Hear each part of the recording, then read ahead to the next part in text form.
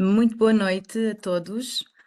Sejam muito bem-vindos a este webinar dedicado à temática da avaliação de desempenho. Começo por agradecer a presença de todos os enfermeiros que nos acompanham, bem como à Ordem dos Enfermeiros, pela promoção desta iniciativa integrada no ciclo de webinars na área da gestão, dinamizado pela Comissão das Competências Acrescidas em Gestão. O meu nome é Cláudia Branco, sou enfermeira gestora na ULS Algarve e terei o gosto de moderar esta sessão. Num contexto marcado pela crescente complexidade dos sistemas de saúde, pelas transformações organizacionais e pelos desafios na gestão de recursos humanos, torna-se essencial que os enfermeiros gestores disponham de ferramentas sólidas de liderança e decisão.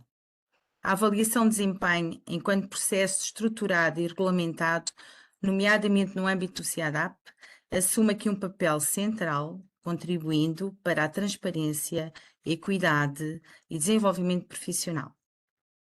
Assim, antes de iniciarmos a abordagem desta temática, temos connosco o Sr. Enfermeiro João Paulo Carvalho, Vice-Presidente do Conselho Diretivo, em representação da Ordem dos Enfermeiros, a quem agradecemos a sua presença e passo-lhe a palavra, Sr. Enfermeiro. Olá, muito boa noite a todos. Eu peço só que me deem feedback se me estão a ouvir bem. Sim, sim. Ok. Antes de mais, desculpem pelas condições em que eu estou a entrar neste webinar, mas eu estou com a minha filha a usufruir das magníficas instalações e capacidade de prestar cuidados de saúde do Hospital São João, portanto, é o que é. Acima de tudo, que hoje corra bem este webinar e que também corra bem a situação em que a minha filha se encontra, portanto, há de correr tudo bem, as estrelas vão de se alinhar. Um beijinho muito especial à Cláudia, um abraço ao Joaquim. Sem dúvida que este tema é um tema essencial e importante, não só para os senhores enfermeiros gestores, mas para todos os enfermeiros, porque somos nós, os que não são gestores, que também são o alvo desta avaliação de desempenho, e às vezes há dúvidas, há confusões, há complicações, e eu queria relembrar o grande objetivo deste webinar, que é capacitar os enfermeiros gestores e os avaliadores para a aplicação rigorosa, objetiva e alinhada com a legislação da avaliação de desempenho no âmbito do CIADA, garantindo assim processos transparentes, equitativos e promotores de desenvolvimento profissional. Eu quero acreditar que isto já vai acontecendo na maioria das situações, que nem tudo na vida e na avaliação também haverá situações em que ficaremos com dúvidas, em que serão menos objetivas, mas quero acreditar que este objetivo já se vai concretizando na maioria das situações. Depois podemos discutir se a ADAPT é ou não a melhor forma de avaliar o nosso desempenho, é a melhor forma de nos fazer progredir na nossa carreira, são outros 500, e dava para outro webinar, ou para vários webinars, mas hoje vamos, acima de tudo, e sem dúvida que o Enfermeiro Joaquim Moreira nos vai fazer essa abordagem, perceber que o CIADAP, sendo um mal necessário, é algo que pode, deve e tem de ser aplicado de forma justa, de forma equitativa e capaz de avaliar de forma séria também e honesta cada uma das nossas intervenções, cada uma dos nossos percursos profissionais, de forma a que no final possamos ter o tal desenvolvimento profissional que cada um merece, até porque, reparem, nós não somos todos iguais, não temos que ser todos iguais. Sabemos que também muitas vezes não, na maioria das vezes estamos limitados por cotas, o que também, infelizmente, não é promotor da meritocracia, porque quando sabemos que se formos todos muito bons, só alguns é que o podem ser na pauta e na avaliação final, mas queremos acreditar que melhores dias virão e um dia destes, estas avaliações serão sempre mais transparentes, mais eficazes e promotoras do real e, sem dúvida nenhuma, desenvolvimento profissional que deseja para cada enfermeiro. Muito bom o webinar. Eu vou desligar a câmara e vou para a beira da minha filha, mas vou estar a ouvir. Alguma coisa, façam um favor de expor a ordem, o bastonário. Eu e todos nós fazemos parte desta grande organização chamada Ordem dos Enfermeiros e somos todos, são vocês também que estão desse lado, a Ordem somos todos nós, nunca se esqueçam disso. Cá estaremos para apoiar quem de apoio necessitar. Cláudia, passo-te a palavra e obrigado. Obrigado. Obrigada, muito obrigada, enfermeiro João Paulo, pelas tuas palavras. Então, passo a apresentar o nosso orador. Temos connosco o senhor enfermeiro Joaquim Moreira, que desde já agradeço a ter aceito este convite e passo então a apresentá-lo. É licenciado em enfermagem, pós-graduado em Gestão e Economia da Saúde, com formação no PADIS, Programa de Alta Direção de Instituições de Saúde, e com pós-licenciatura de Especialização em Enfermagem Médico-Cirúrgica. Exerce as suas funções como adjunto da Direção de Enfermagem, enfermeiro gestor da Direção do Departamento Cirúrgico, sendo também membro da Comissão Local de Informatização Clínica. Destaca-se ainda como administrador do Sistema de Gestão Integrada da Avaliação de Desempenho da Administração Pública de Enfermagem da Unidade Local de Saúde do Tâmaga e Sousa EPE. Irá abordar a temática da avaliação de desempenho, com enfoque no enquadramento legal, nos parâmetros e fases do processo avaliativo, bem como no impacto deste instrumento na carreira de enfermagem e na qualidade dos cuidados. Relembro que poderão colocar as vossas questões ao longo da sessão através do bate-papo e sendo as mesmas respondidas no final. Sem mais demora, passo a palavra ao Sr. Enfermeiro Joaquim Moreira e tem a palavra. Obrigado.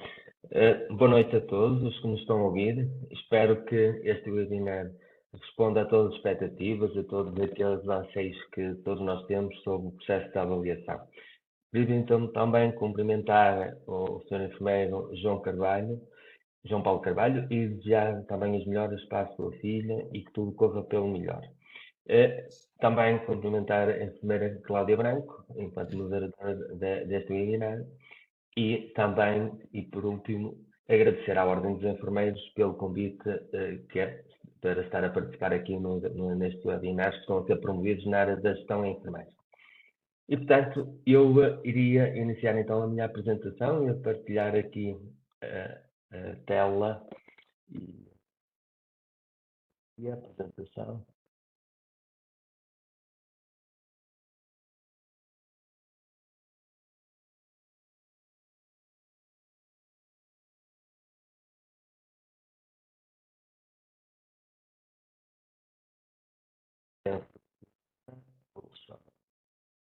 Penso que está a partilhar, está correto, não está? Só para ter feedback. Não, estamos a ver daquela forma de. Pois eu vou ter que. Ok. Aqui uma coisa, peço desculpa. Vou só terminar aqui a apresentação para. Isso mesmo, obrigado. Tenho que partilhar esta tela. Ok.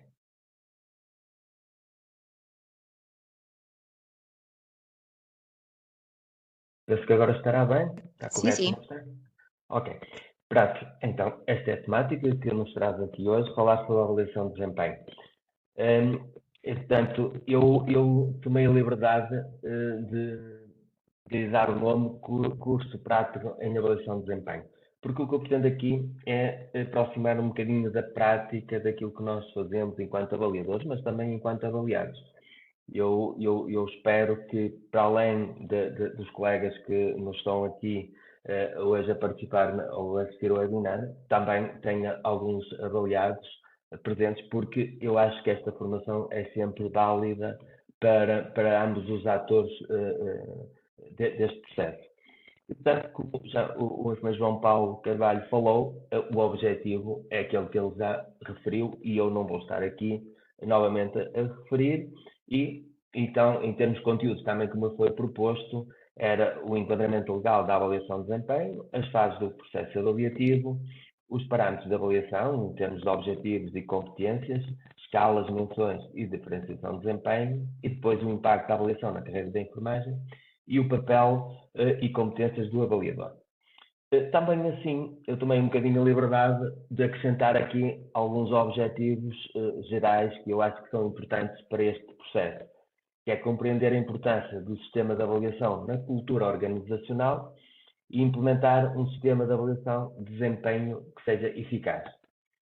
E também acrescentei aqui uns objetivos específicos, que é como definir objetivos de avaliação de desempenho, compreender o impacto das entrevistas de avaliação de desempenho na motivação e na performance do colaborador e também como conduzir entrevistas de avaliação que sejam produtivas, onde a comunicação seja assertiva e o feedback construtivo. Portanto, eu acho que para falarmos sobre a avaliação de desempenho dos enfermeiros temos que perceber o que é efetivamente a avaliação de desempenho. Ela não passa de um instrumento de apoio à gestão e um fator de mobilização em torno da missão dos serviços e do organismo, das instituições, de quem ela se insere em termos estruturais. E por isso deve ser visto como um estímulo ao desenvolvimento das pessoas e à melhoria da qualidade dos próprios serviços. Eu acho que se nós tivermos isto presente, nós percebemos melhor o impacto que a avaliação pode ter naquilo que é o projeto profissional de cada enfermeiro, mas também aquilo que é o caminho de melhoria que qualquer um dos serviços pode seguir e, no fundo, alcançar com este processo de avaliação. Mas para isso, para nós podermos ter uma avaliação sólida, ela tem que estar enquadrada numa cultura de desempenho que assenta numa missão, numa visão e objetivos estratégicos, quer do serviço, onde o avaliado se integra e o avaliador, mas também nisto, em termos daquilo que é a própria organização onde todos os serviços se inserem. E, portanto, ela tem que se integrar nesse ciclo anual de gestão de cada serviço e tem que ter por base uma elaboração de um plano de atividades, a definição de objetivos de cada serviço, definir os objetivos a atingir por cada colaborador, ou mesmo objetivos também da equipa, e depois, efetivamente, aí virá a avaliação dos desempenhos, quer da equipa, quer de cada colaborador, e terminará, ou em princípio, teoricamente, poderia terminar com a elaboração do relatório de atividades desses serviços. E, portanto, se nós tivermos isto presente como sendo as premissas para um bom processo de avaliação, nós passamos a ter bases sólidas para que este processo seja mais transparente, mais equitativo e produza os impactos que nós pretendemos nos serviços. Portanto, eu agora, fazendo este enquadramento muito rápido, ia falar naquilo que me foi solicitado. Então, um dos primeiros pontos que me puseram foi o enquadramento legislativo. Portanto, o sistema integrado da gestão da avaliação de desempenho na administração pública, vulgarmente identificado como CIADAP, está enquadrado pela Lei 66B de 2007, de 28 de dezembro, que é o regime base deste regime de avaliação e que tem que estar interpretado na redação atual, uma vez que ele foi surgindo ao longo dos anos várias atualizações. E, portanto, com esta última atualização, passou a refletir ajustes relevantes para o impacto direto na avaliação de desempenho dos enfermeiros, que nós iremos abordar aqui à frente. Depois temos a Portaria 242 de 2011, de 21 de junho, que adapta o CIADAP à carreira especial de enfermagem e mantém-se em vigor até a sua revisão para a adaptação ao disposto da presente lei, que eu falei anteriormente, que é da 66B de 2007, a qual deveria ter ocorrido até 31 de dezembro de 2025, mas não aconteceu e foi prorrogado o prazo até 30 de junho de 2026. Isto é, nós neste momento precisamos de que haja uma revisão da Portaria 242, porque em algumas coisas ela impacta naquilo que foi a última atualização e que também iremos analisar aqui à frente. Mas mais importante que isso é que para nós, enquanto enfermeiros, avaliadores, isto significa duas coisas essenciais. Maior rigor na documentação e também maior responsabilidade na diferenciação do desempenho. Ou seja, avaliar deixa de ser um momento e passa a ser um processo contínuo e que deveria ser fundamentado. Okay? E esta é a grande questão que nós temos de ter presentes. Portanto, então o que é que mudou? Há coisas significativas que mudaram no dia 1 de janeiro de 2025 e que alguma percepção que eu vou tendo, até por alguns contactos com outras instituições, é que algumas dessas mudanças ainda não foram consideradas por alguns avaliadores ou mesmo por alguma organização.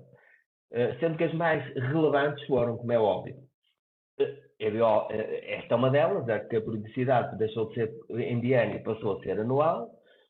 Os requisitos fundamentais para a avaliação é que o trabalhador independente de serviço ou unidade avaliar onde este tenha sido prestado. O que é que significa? Nós, neste momento, o avaliado tem requisitos para ser avaliado, independentemente da unidade orgânica, serviço e o tempo em que esteve nesse serviço.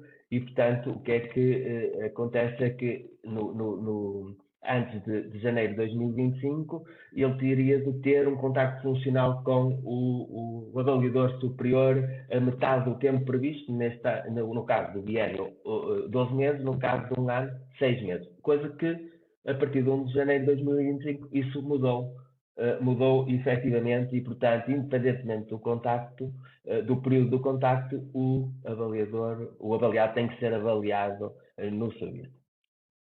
Portanto, também aqui chama a atenção para os requisitos funcionais para a avaliação no ano de ingresso no serviço e naquele período que nós consideramos o período experimental.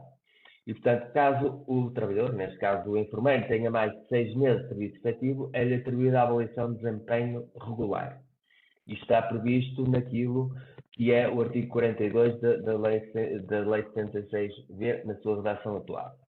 No caso de haver sucessão de avaliadores, tem competência para avaliar o avaliador que tiver a qualidade esperará no momento da realização da avaliação, isto é, no dia 31 de dezembro.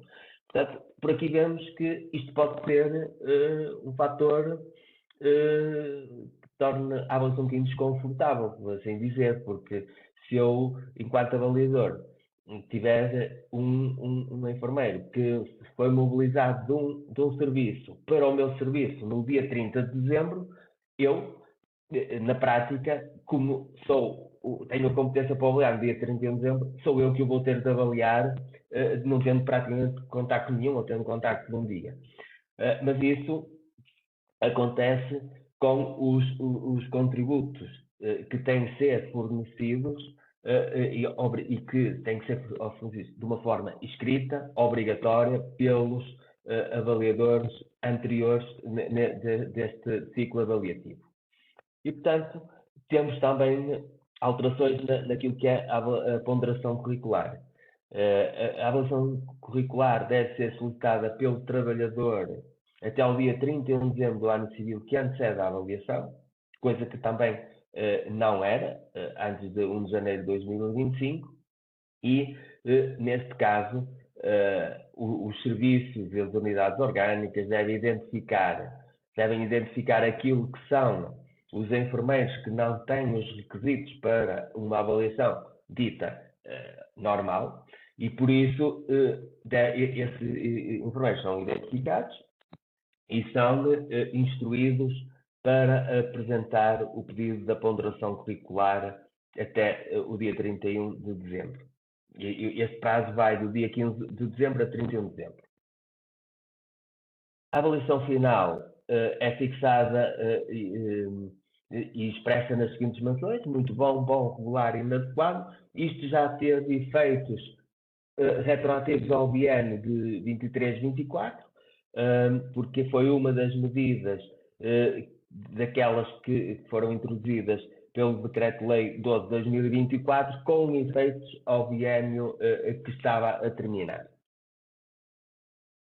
Os critérios de desempate são fixados pelo CCA e esses critérios, quando não são suficientes para fazer essa diferenciação dos desempenhos, então tem que se aplicar consecutivamente 2 critérios que são previstos também, que é a avaliação obtida no parâmetro de resultados, que no nosso caso é o parâmetro objetivos, e o segundo parâmetro é a avaliação obtida naquilo que são os comportamentos que no Decreto-Lei 12 de 2024 está associado àquilo que é a formação no ciclo avaliativo, coisa que nós ainda não temos implementado, porque ainda não fizemos a revisão do nosso sistema de avaliação de desempenho, e provavelmente será um dos fatores a ser verificados nessa revisão. A seguir, temos também que, na ausência do cumprimento do avaliador direto, não constitui fundamento para não avaliar o trabalhador. O que é que significa isso? Significa que, no caso do avaliador não se encontrar na fase final, ou porque se aposentou, ou porque tem uma ausência prolongada ao serviço, neste caso, a lei prevê atualmente que deve ser o superior hierárquico imediatamente a seguir que deve fazer essa avaliação de desempenho. Muito concretamente, se estivermos a falar do enfermeiro gestor num serviço ou responsável em funções de gestão, se acontecer algum imprevisto a este avaliador, terá que ser, por exemplo, no nosso caso, será o enfermeiro do gestor de direção do departamento que terá essa incumbência de fazer essa avaliação.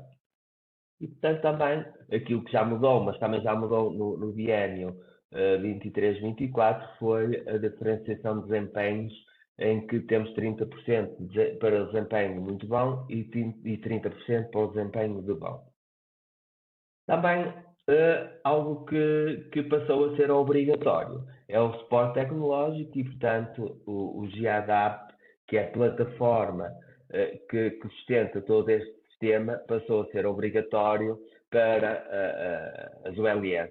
E, portanto, embora seja facultativo para a administração regional e para a administração local, o que não se inclui nas ULS. E, portanto, isto será aquilo que mais se evidencia em termos de mudanças relativamente àquilo que nós estávamos habituados antes desta atualização decorrida do Decreto-Lei 12 de 2024. E vamos falar agora aqui um bocadinho do processo de avaliação de desempenho dos enfermeiros. Ia falar um bocadinho aqui também das fases deste processo. Portanto, a definição dos objetivos é um processo coerente com a missão, como eu tinha referido no início, objetivos, planos de atividades do serviço e também do organismo. Os objetivos a definir no âmbito do parâmetro de avaliação dos objetivos devem ser fixados entre objetivos de realização, qualidade, aperfeiçoamento e desenvolvimento profissional. Penso que isto já é subejamente conhecido e, portanto, aqui não temos nada de novo, mas esta será esta primeira fase. Depois temos uma segunda fase, que é a revisão dos objetivos, que pode ocorrer, devendo, porém, assumir-se com um caráter excepcional. Vamos supor que o enfermeiro altera o seu conteúdo funcional e isso pode levar a que haja a necessidade de uma revisão dos objetivos para que se adeque às suas novas funções. Uma terceira fase será a autoavaliação, e tem caráter preparatório de avaliação e não constitui uma componente vinculativa da avaliação atribuída pelo avaliador. Mas é importante que ela aconteça porque isso permite ao avaliador também ter um ponto de análise que será importante para o processo avaliativo. Uma quarta fase, que é a avaliação prévia. Portanto, o avaliador procede à avaliação dos enfermeiros sobre a sua responsabilidade, procurando a harmonização das avaliações, o que corresponde e que é a diferenciação de desempenhos e aquilo vulgarmente designado por cotas. A quinta fase tem a ver com a entrevista de avaliação. E, portanto, esta é uma reunião entre avaliado e avaliador, em que comunicam e analisam a autoavaliação e os resultados da avaliação. Nesta mesma entrevista, também é normalmente aproveitado para definir objetivos para um novo ciclo avaliativo e retomamos então a fase 1 do processo. Portanto, estas fases são importantes e eu destacaria aqui a primeira fase, que é a definição dos objetivos. Para mim, é a fase mais importante e será o pilar de todo este processo de avaliação e por isso eu irei retomar este ponto um bocadinho mais à frente nesta apresentação. Por último, depois deste processo, temos então a fase que intervém o CCA para a harmonização das avaliações, garantindo que são cumpridas as cotas de cada unidade orgânica, dos tais 30% para muito bons, 30% para bons, inadequados e, eventualmente, o reconhecimento da distinção de excelente, o reconhecimento do mérito, também que possa ser proposto pelo avaliado ou avaliador. Posto isto, também segue-se uma fase de reclamação e decisão final. Portanto, os avaliados podem apresentar, numa fase inicial, um pedido de parecer à Comissão Paritária, discordando daquilo que é a avaliação que lhe foi atribuída. Depois, esse parecer emitido pela Comissão Paritária é remetido ao dirigente máximo do organismo, que decidirá sobre a homologação ou não da Comissão Paritária. O processo, no fundo, vai-se completar com a fase da homologação, que é, no fundo, a aprovação final das avaliações pelo dirigente máximo do organismo.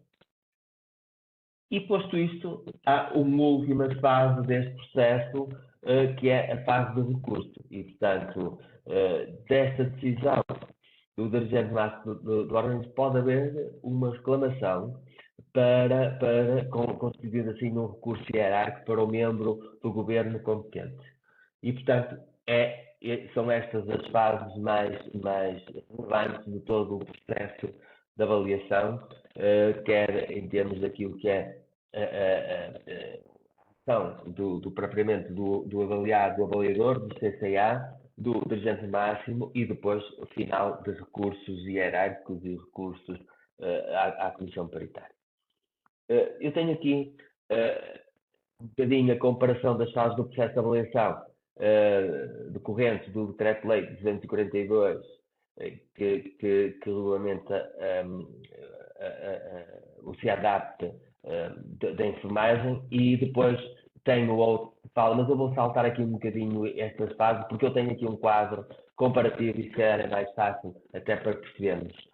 Portanto, o tipo de avaliação podemos organizá-lo aqui neste mapa esquemático, que nos permite compreender um bocadinho aquilo que vem do Decreto-Lei 242 na sua versão atual, e poderá ter aqui algumas alterações quando houver a revisão que deverá correr, volto a lembrar, até 30 de junho, e portanto não nos falta muito para que isso aconteça, a não ser que voltem a prorrogar este prazo. E depois comparar isto também com o Decreto-Lei 66B, que é o regime base na sua redação atual. E, portanto, o primeiro período temporal corresponde ao último trimestre de cada ano, em que nós temos uma fase de planear o processo de avaliação, quer naquilo que é o sistema do CEADAPT para a enfermagem, mas também aquilo que é o CEADAPT, no fundo, das carreiras gerais e de toda a administração pública. E aqui os intervenientes é a direção da enfermagem, no nosso caso, o CCA, avaliador e avaliado, porque eles também devem contribuir para a construção deste planeamento, nomeadamente naquilo que é a elaboração e a revisão dos objetivos que estão definidos para a instituição. Até 31 de janeiro, nós temos aquilo que é o CEADAPT da enfermagem, a entrevista de orientação inicial, a autoavaliação e avaliação, e depois a diferenciação de desempenhos, aquelas fases que já falei anteriormente. mas noto aqui que já há aqui uma ligeira diferença relativamente àquilo que é a redação atual de 66B que queria chamar a atenção. É que aqui já se subdivide o mês de janeiro. Então, temos na primeira quinzena de janeiro, temos a autoavaliação e a avaliação, e depois, na segunda quinzena de janeiro, está prevista a reunião do CCA para a diferenciação de desempenhos, isto é, para o cumprimento das cotas que estão previstas em cada unidade orgânica. E, portanto, provavelmente, eu não sei o que irá acontecer com a revisão do nosso decreto-lei, mas poderá ajustar aqui estes timings e alterar um bocadinho aquilo que nós temos feito ao longo destes ciclos avaliativos. Depois tenho aqui outro período temporal que é até 28 de fevereiro, em que temos a reunião de avaliação e contratualização, que é entre avaliador e avaliado. E verifiquem que isto já só aparece na Lei 66B na sua redação atual. Depois da reunião de avaliação e contratualização, é a mesma coisa, só na Lei 66B temos o controle do cumprimento da contratualização dos parâmetros de avaliação. E, portanto, como se vê também na continuação deste quadro, tudo agora remete para o 66B e, por isso, é importante haver esta articulação entre aquilo que é o enquadramento legal que está subjacente ao Decreto-Lei 242, que é o subsistema do CEDAP da enfermagem, mas ele vai beber muito àquilo que é o regime de base do 66B. E, portanto, temos de ter isso sempre em consideração. E, portanto, temos outro período temporal, que é até 10 dias úteis depois do conhecimento da proposta de avaliação, apresentação de eventual pedido de apreciação à Comissão Paritária, até 30 de abril, homologação das avaliações. Portanto, se nós estivéssemos a cumprir prazos, nós amanhã teríamos de ter todas as homologações feitas pelo dirigente máximo do serviço. Depois disso, temos até 10 dias úteis depois do conhecimento da homologação para a apresentação de eventual reclamação do ato da homologação, e, portanto, isso será a nível superior. E depois do conhecimento e da decisão sobre a homologação. Então, a apresentação de eventual recurso hierárquico, tutelar ou impugnação jurisdicional. Portanto, este é um bocadinho aquilo que é o processo de avaliação e as suas fases. Esta parte é pode ser um bocadinho maçadora, porque nós já a conhecemos e já a implementámos, mas às vezes é importante fazer esta ligação um bocadinho entre as duas, a lei e o decreto-lei da carreira de enfermagem. E, portanto, agora ia falar um bocadinho, que é o que mais me motiva, é falar um bocadinho do impacto da avaliação na carreira de enfermagem. E, portanto, o maior impacto do CEADAP na carreira de enfermagem sente-se hoje na progressão remuneratória, que em 2025 passou a exigir apenas 8 pontos. Eu digo apenas, eu preferia que fosse 6, como é óbvio, mas efetivamente nós tínhamos 10 e, portanto, já houve aqui um ganho de 2 pontos. Poderia ser, comparativamente ao processo avaliativo anterior, que correspondia a 6 pontos, seria o ideal, mas pronto. Mas é aquilo que temos. Isso significa que a avaliação passou a ter um reflexo financeiro mais rápido e mais visível, não é? Portanto, se nós éramos 10 pontos, agora são 8, é mais rápido. E, na prática, isto significa que temos menor tempo de espera entre posições, maior previsibilidade de evolução salarial e também o efeito retroativo a 1 de janeiro do ano em que adquire o direito, mas isto sempre foi assim e, portanto, independentemente do período que leve o processo avaliativo em cada organização, e depois a contagem de pontos tem sempre efeitos retroativos a 1 de janeiro deste ano. As menções mais elevadas têm impacto direto na carreira, como é óbvio. A maior valorização dos profissionais de elevado desempenho, há um reforço da cultura de mérito, até pelo reconhecimento de mérito, maior competitividade positiva, assim se espera, entre as equipas, com contagem de pontos de excelente para 3 pontos, muito bom 2 pontos, bom 1,5 e inadequado 0 pontos.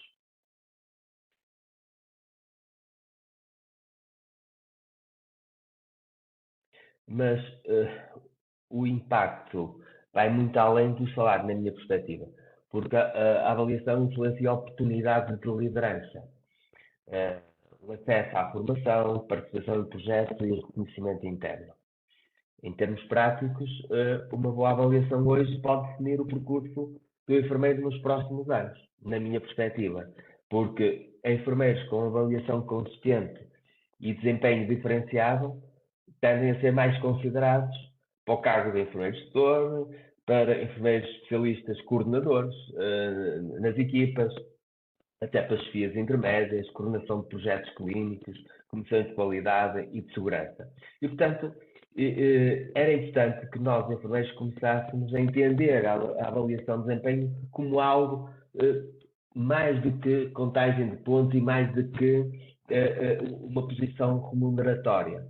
Portanto, ela, se for encarada como parte integrante do meu projeto profissional, eu realmente tenho outra motivação para corresponder àquilo que são os desafios que me são lançados em termos de avaliação de desempenho, em termos daquilo que é os objetivos a atingir, quer pessoais, quer de equipa, quer também as metas, objetivos do próprio serviço e também na melhoria da qualidade dos próprios serviços. Considera também o impacto na motivação, como eu dizia, retenção e avaliação quando bem aplicada, como é óbvio. Portanto, aqui, quando a avaliação é bem aplicada, quando o processo negocial, nesta relação que se estabelece entre avaliador e avaliado, na entrevista inicial, vai aumentar o compromisso, vai reforçar o sentimento de justiça, reduzir a percepção de favoritismo entre o colaborador A e o colaborador B, mas também vai permitir melhorar a retenção de talento, que é importante, porque nós podemos considerar que temos uma oferta de emprego, mas nós realmente, eu que estou nesta área dos recursos humanos, eu já começo a sentir alguma escassez de enfermeiros, porque também é óbvio que também a tipologia de contratos que nós neste momento podemos oferecer também não são muito atrativos, como é óbvio.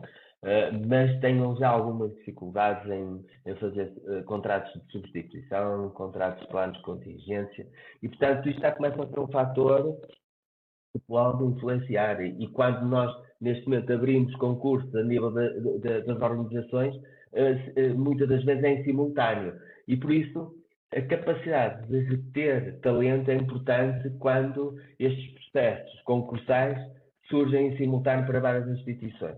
E, portanto, este fator também deve ser considerado naquilo que é a mais-valia da avaliação de desempenho, quando ela é justa, quando ela é transparente e equitativa. E, por isso, para isso temos que falar no papel e competências do avaliador. É um bocadinho neste alinhamento que eu falava. O avaliador deve ter um papel estratégico na avaliação dos enfermeiros. E por isso o avaliador não deve ser apenas alguém que atribui uma nota, porque isso é demasiado redutor. Portanto, deve ser alguém que garante uma justiça através da evidência e do desenvolvimento da sua equipa. Portanto, o avaliador tem que ser encarado como alguém que é responsável por assegurar que a avaliação está alinhada com os objetivos de serviço, respeita o enquadramento legal, diferencia o desempenho com justiça e promove o desenvolvimento profissional, gera impacto na qualidade dos cuidados da enfermagem. Isto para mim não são chavões, isto para mim são os pilares da avaliação de desempenho. E, portanto, se nós tivermos isto presente, nós percebemos que a avaliação de desempenho, podemos discordar do método, do processo em si, mas ele também é robusto se os atores também desempenharem o seu papel corretamente.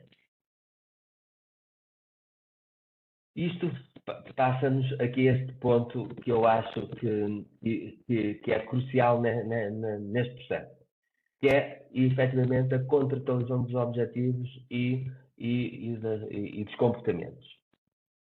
Portanto, o avaliador deve contratualizar objetivos que sejam smart, que sejam indicadores mensuráveis, que vertam também de competências clínicas, relacionais, organizacionais. E, portanto, também procurar focar nas evidências que são esperadas em termos de avaliação. E, portanto, esta é uma fase crucial, como eu já falei anteriormente. Porquê? Porque objetivos mal definidos é igual a uma avaliação frágil. E quando um avaliador não valoriza esta fase inicial do processo, está a comprometer o seu desempenho enquanto avaliador. E, portanto, se nós tínhamos que colocar as fichas, e desculpem estes termos, mas se nós tivermos que colocar as fichas todas que temos em alguma fase, é na fase da entrevista inicial. É na fase em que estamos a definir os objetivos, é na fase em que estamos a negociar e a enquadrar estes objetivos naquilo que é a estratégia e a melhoria que nós pretendemos para o serviço. Okay? Não vale a pena definir objetivos quando nós já temos métricas que nos dão resultados que são ótimos. Ok? Então, se eu já falou nisto, por que é que eu vou pôr um objetivo? Eu tenho que pôr um objetivo que seja desafiante e que promova a melhoria daquilo que é as minhas prioridades no serviço que eu estou a liderar. Mas isto tem que ser explicado. Isto tem que ser explicado ao enfermeiro, porque senão cai do céu como algo imposto e, portanto, não é interiorizado e, portanto, o resultado final, que era essa tal melhoria, fica comprometida. Outro aspecto importante é que o avaliador deve monitorizar continuamente. E por isso a avaliação não acontece apenas no final do ano. Portanto, nós não podemos, em dezembro, estar a correr atrás do prejuízo daquilo que não fizemos desde janeiro. Okay? Portanto, o avaliador deve observar o desempenho real, aquilo que está a acontecer no serviço, recolher as evidências que vão sustentar esta avaliação, acompanhar os resultados, registrar os incidentes críticos. Quando se fala em incidentes críticos, atenção, que não estamos a falar só os aspectos negativos, estamos a falar também aspectos positivos, que são importantes estarem referenciados naquilo que é esta monitorização ao longo do ciclo avaliativo. E identificar também a evolução do enfermeiro, porque a monitorização contínua é uma exigência prática que é reforçada pelos GADAPT, portanto, enquanto plataforma. E é preciso dar um feedback estruturado.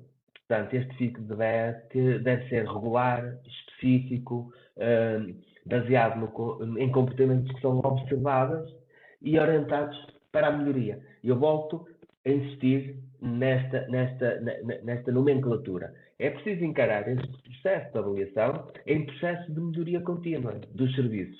Só assim é que faz sentido a avaliação tem que ser vista como, para um gestor, para um enfermeiro gestor ou para um avaliador, tem que ser vista como uma oportunidade de melhorar aquilo que é preciso melhorar e que está identificado no plano de atividades do serviço. Okay? E, portanto, é preciso unir estas forças individuais que fazem parte do coletivo do serviço para alcançar algo maior para o serviço. Não é? Portanto, isto tem também que apontar numa perspectiva de que o melhor avaliador não é o que classifica melhor, mas é o que faz crescer melhor. O que é que eu quero dizer com isto? Eu quero dizer com isto que, efetivamente, quando um avaliador se mune destas ferramentas que a avaliação de desempenho lhe confere, inclui neste processo, num processo participativo e inclusivo, toda a equipa. E tem uma linha de melhoria para essa equipa, é óbvio, que está a fazer crescer o que de melhor existe em cada um dos enfermeiros no seu serviço. E disso eu não tenho dúvidas. E a experiência tem-me mostrado isso.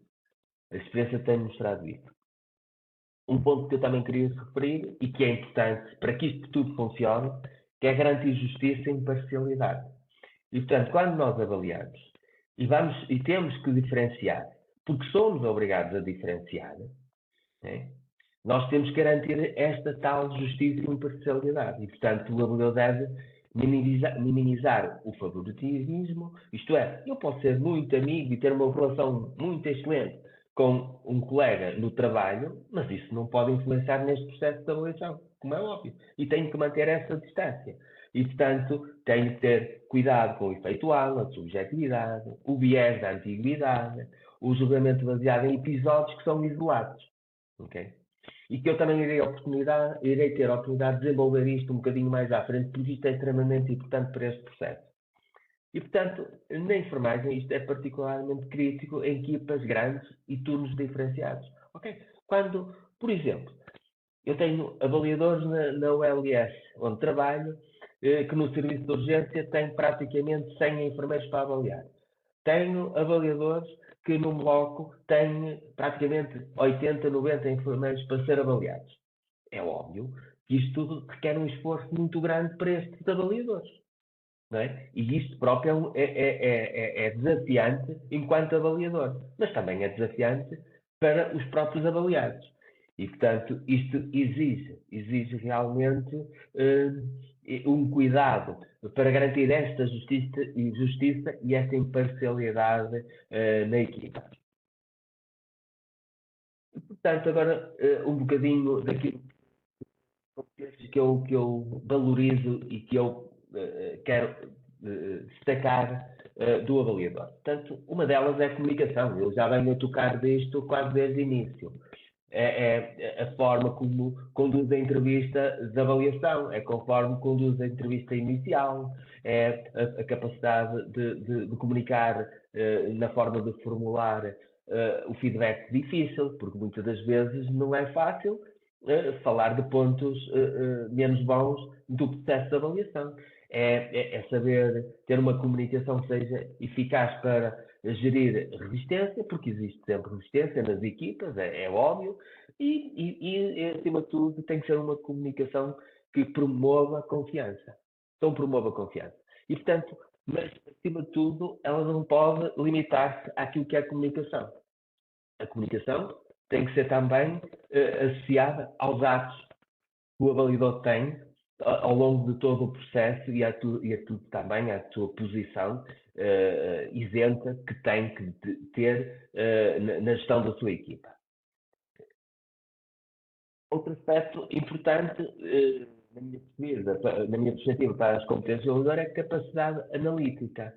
É a capacidade para interpretar as evidências que lhe surgem ao longo do ciclo avaliativo, cruzar indicadores que lhe permitam sustentar objetivamente a avaliação dos seus enfermeiros, fundamentar essa diferenciação, isto é, porque é que o enfermeiro A tem muito bom, porque é que o enfermeiro B tem bom, não é no sentido de divulgar as avaliações individualmente, mas quando confrontado, porque é natural que muitas das vezes o avaliador seja confrontado ao chefe ou na relação que tem, na como se tratam, não é aqui que está em causa, mas porque é que o meu colega A teve esta avaliação e porque é que eu tenho esta. E eu tenho que ter capacidade para fundamentar essa diferenciação.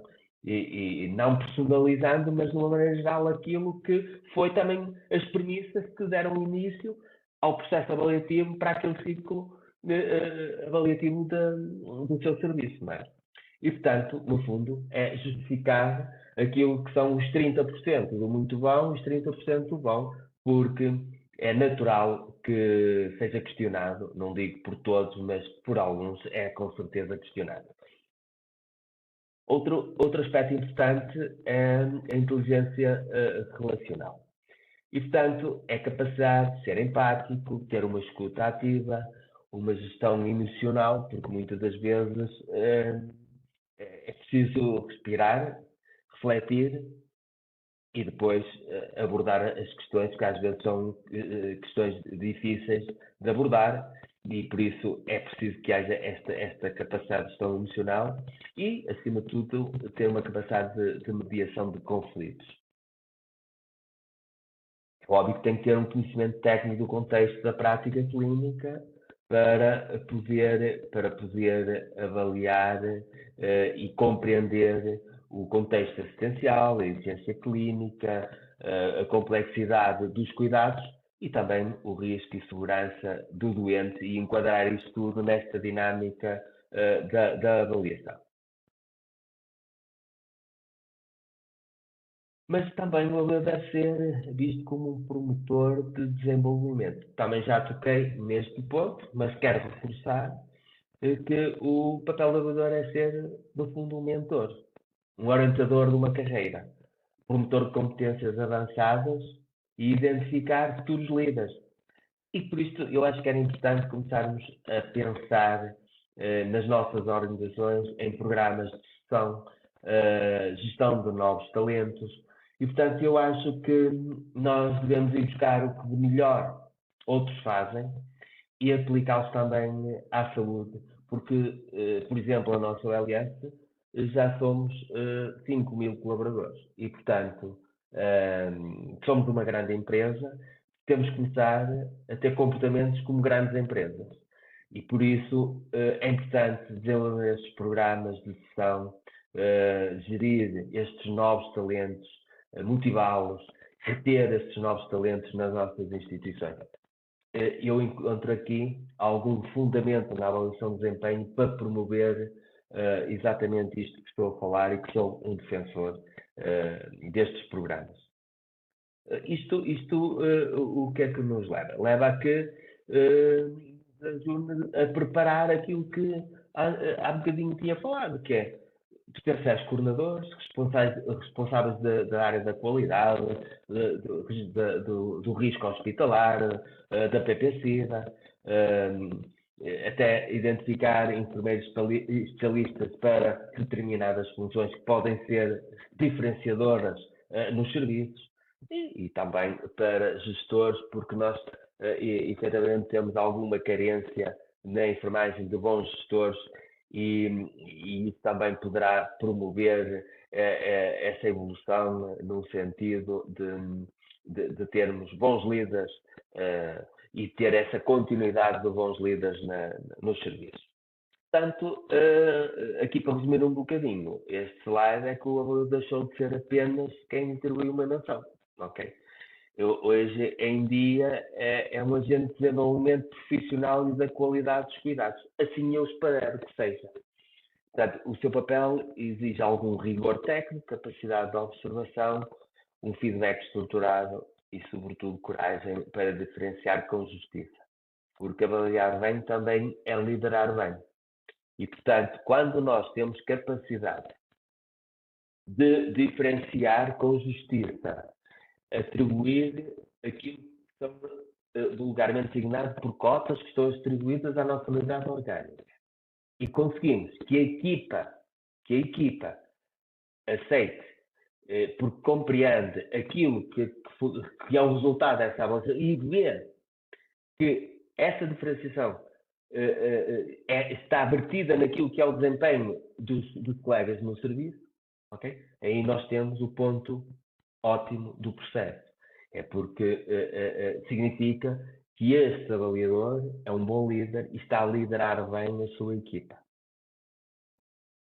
Ora bem, este para mim é um dos pontos muito importantes deste processo, que é como definir objetivos.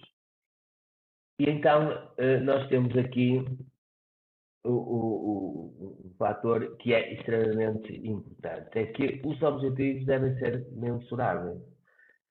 Devem estar relacionados com o desenvolvimento de uma atividade específica, desempenhado por um colaborador ou por a equipa, num determinado período de tempo. Okay? Nós já temos definido que o ciclo é anual, portanto agora já temos definido que o período de tempo é o ano. Deve ser uma definição em coerência com o plano de atividades e missão de serviço, deve estar focalizado nos resultados que são prioritários e mais relevantes no período de avaliação. Okay? E portanto, volto a dizer, se nós já temos uma coisa que está ótima no serviço, não faz sentido colocar como objetivo. Não faz sentido na minha perspectiva.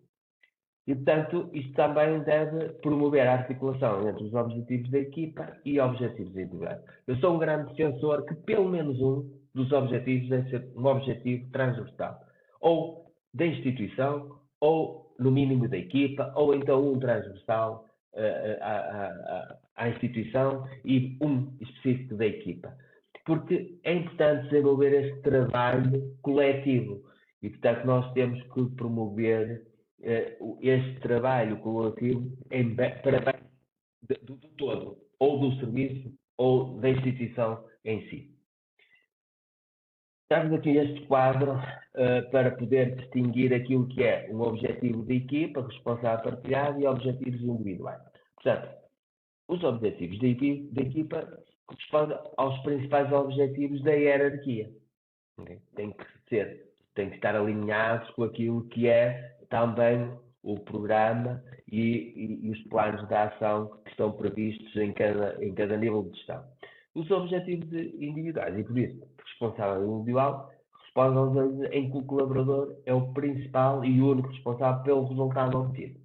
Do outro lado também, ainda nos objetivos de equipa, visam promover o compromisso partilhado dos resultados e fomentar o trabalho em equipa. Por seu lado, o individual, visam fomentar a responsabilidade pelos resultados, promovendo o compromisso individual. Portanto, isto parece óbvio. O que eu não sei se será tão óbvio é a necessidade de existir um objetivo, no mínimo, partilhado. Ora, então, como definir objetivos? Os objetivos devem traduzir-se em resultados e não atividades. Eu penso que hoje estamos melhor. Eu já tive contato com algumas instituições, já fiz esta apresentação em algumas instituições e deparei-me com algumas pessoas que definiam atividades a pensar que estavam a definir objetivos. Né? E, portanto, isto tem que corresponder aos resultados esperados do colaborador e não às atividades da sua função. E eu vou-vos dar aqui alguns exemplos. Portanto, o que são atividades e não são objetivos. Por exemplo, elaborar o plano de atividades. Ok? Isto é uma atividade. Agora, o que é então um objetivo? É o nível de cumprimento do plano de atividades, por exemplo, em qualidade. Outro exemplo, gerir o armazém do consumo clínico. Isto seria uma atividade. Okay? Pode não se enquadrar atualmente, até porque na nossa OLS até já temos o sistema Kaizen, não se mas é para nós podermos analisar no abstrato este exemplo. Mas o objetivo seria a redução de custos em X%. E isto é que é um objetivo. Participar em projetos internos continua a ser uma atividade. Okay? O nível de cumprimento dos resultados previstos inicialmente para o projeto, isso sim. Se nós definirmos aqui, isto passa a ser então um objetivo e não uma atividade. E, portanto, os objetivos devem estar definidos no tempo, como já referi, e incluir os prazos para a respectiva realização. Neste caso, é óbvio que aquilo que é considerado é que seja o ciclo avaliativo, que seja o ano civil. Né? A definição de indicadores e metas de desempenho. Portanto, os objetivos devem estar associados a uma meta e, portanto, cada objetivo deve ter uma métrica quantitativa que seja do conhecimento do avaliador e avaliado. É com base nesta métrica que será definida uma meta para cada objetivo.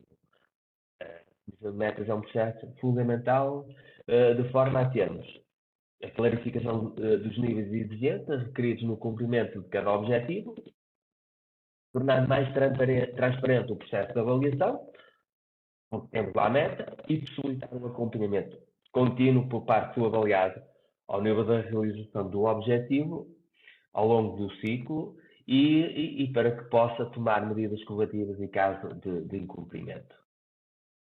Portanto, eu tenho aqui alguns exemplos de objetivos que são definidos no tempo e associados a metas.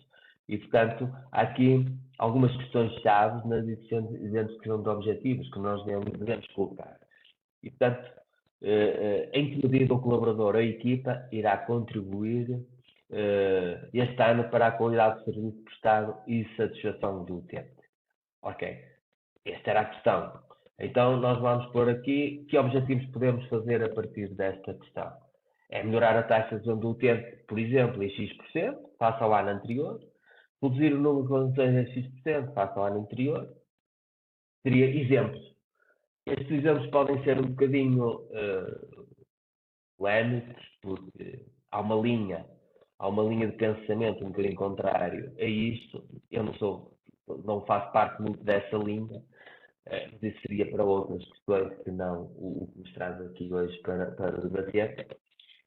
Outro aspecto que seria chave é em que medida o colaborador ou a equipa irá contribuir este ano para a melhoria dos resultados financeiros, por exemplo, que era garantir a meta contratualizada na rúbrica gastos operacionais por inscrito, por exemplo, garantir o cumprimento de 95% do contrato de programa do hospital no ano, por exemplo, porque temos que perceber que estamos aqui a falar para vários níveis e, portanto, isto pode fazer sentido para uns, não fazer sentido para outros, fazer sentido para todos, mas isso depois fica ao critério de cada um e de cada instituição.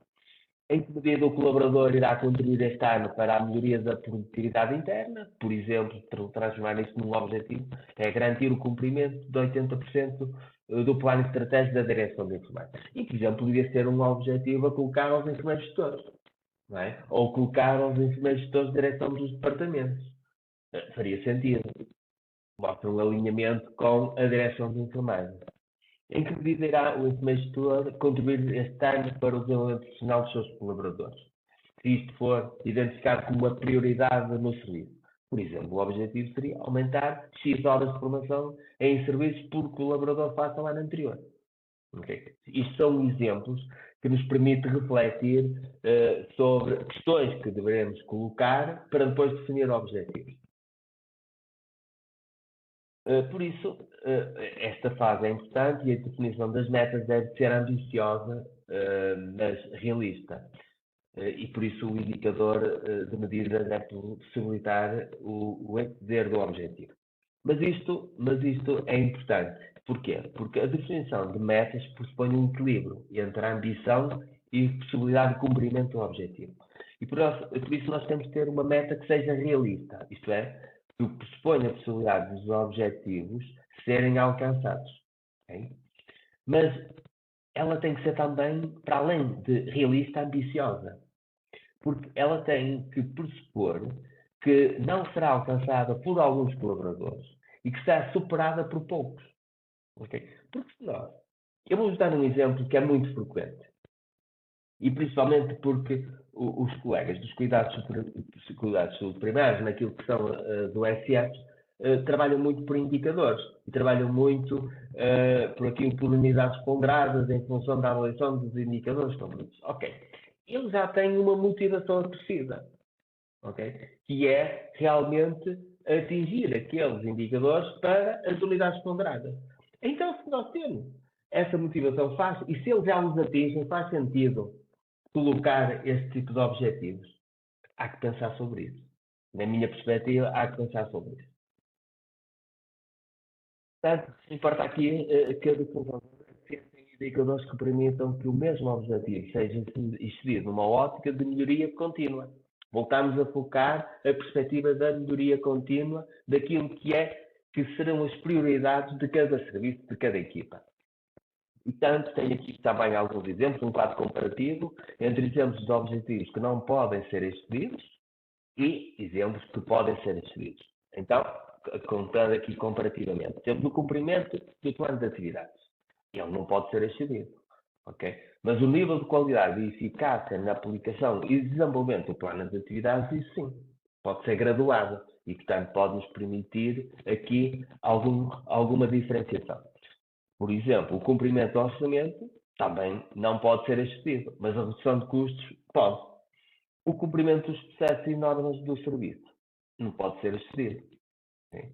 Cumprimos. Mas a melhoria da redução do utente ou redução do número de reclamações, isso pode ser excedido comparativamente à avaliação que temos do ano anterior, por exemplo. Então, passamos a este ponto, como avaliar os objetivos. Isso, já todos sabemos que cada objetivo é atribuído uma ponderação que está definida pelo CCA, mas que vai viver aquilo que é o enquadramento legal e por isso temos atualmente, ainda porque não temos a revisão do nosso subsistema de avaliação de desempenho, e portanto isso que nós temos previsto é que 40% a 60% são objetivos de realização, Isto temos entre 2 a 3. 20% a 40% objetivos de qualidade e eficiência, que pode ser 1 a 2. E 20% a 30% objetivos de perfeição violenta, e pode ser 1 a 2. Okay? No mínimo, temos de ter 5 objetivos. E, portanto, a avaliação do grau de cumprimento dos objetivos também se traduz: objetivo superado 5 pontos, objetivo de 3 pontos, objetivo de 1 ponto. Eu penso que isto toda a gente sabe. Eu trazia aqui, no caso de quando eu faço o curso prático, quero desenvolver aqui objetivos em grupo. É óbvio que este slide não se enquadra aqui, vou saltar, está bem? Mas depois passa este aplica-se aqui à nossa apresentação de hoje. E é colocar aqui algumas questões-chave para criar objetivos e as principais questões que devemos levantar nesta fase. Relativamente aos princípios, os objetivos foram definidos de acordo com o plano de atividades de serviço, definidos de acordo com o plano estratégico da enfermagem e com a missão da instituição. Okay? O plano estratégico foi devidamente comunicado, ele está publicado, ele está acessível a todos. O plano de atividade de serviço foi devidamente comunicado, está partilhado com a equipa. A missão do organismo, a missão do serviço está clara e é divulgada e é insistentemente partilhada com todos os colaboradores, com todos os enfermeiros, com os enfermeiros que entraram recentemente no serviço. Os objetivos representam um compromisso do avaliado, isto é, que razões estiveram na base da não concordância do avaliado sobre os objetivos que lhe foram colocados. As questões residem nos indicadores ou nas metas? Como foram comunicados os objetivos? Voltamos ao cerne da questão. Como é que foram comunicados? Como é que funcionou aquela entrevista inicial? Ela foi suficientemente clarificadora? Ela foi suficientemente que envolveu e incluiu naquilo que era a estratégia daquele enfermeiro gestor, daquele avaliador, naquilo que é o que está definido e como metas a alcançar naquele ano para o serviço e o desenvolvimento que ele pretende da sua equipa e do desenvolvimento que ele pretende, particularmente daquele enfermeiro. Isto é extremamente importante. E o avaliado tem consciência da importância de cumprir os objetivos e metas definidas, tendo em consideração os objetivos de serviço. Isto é extremamente importante, refletirmos e elencar estas questões. Isto quase poderia ser um cheque. Um checklist que a gente, nestas entrevistas, íamos fazendo cheque ao longo destas questões. Os objetivos focam-se nos resultados prioritários. Isto é, se eu tivesse necessidade de ter mais de 5 objetivos, eram todos prioritários. Não era possível ligar 2 ou 3 num só.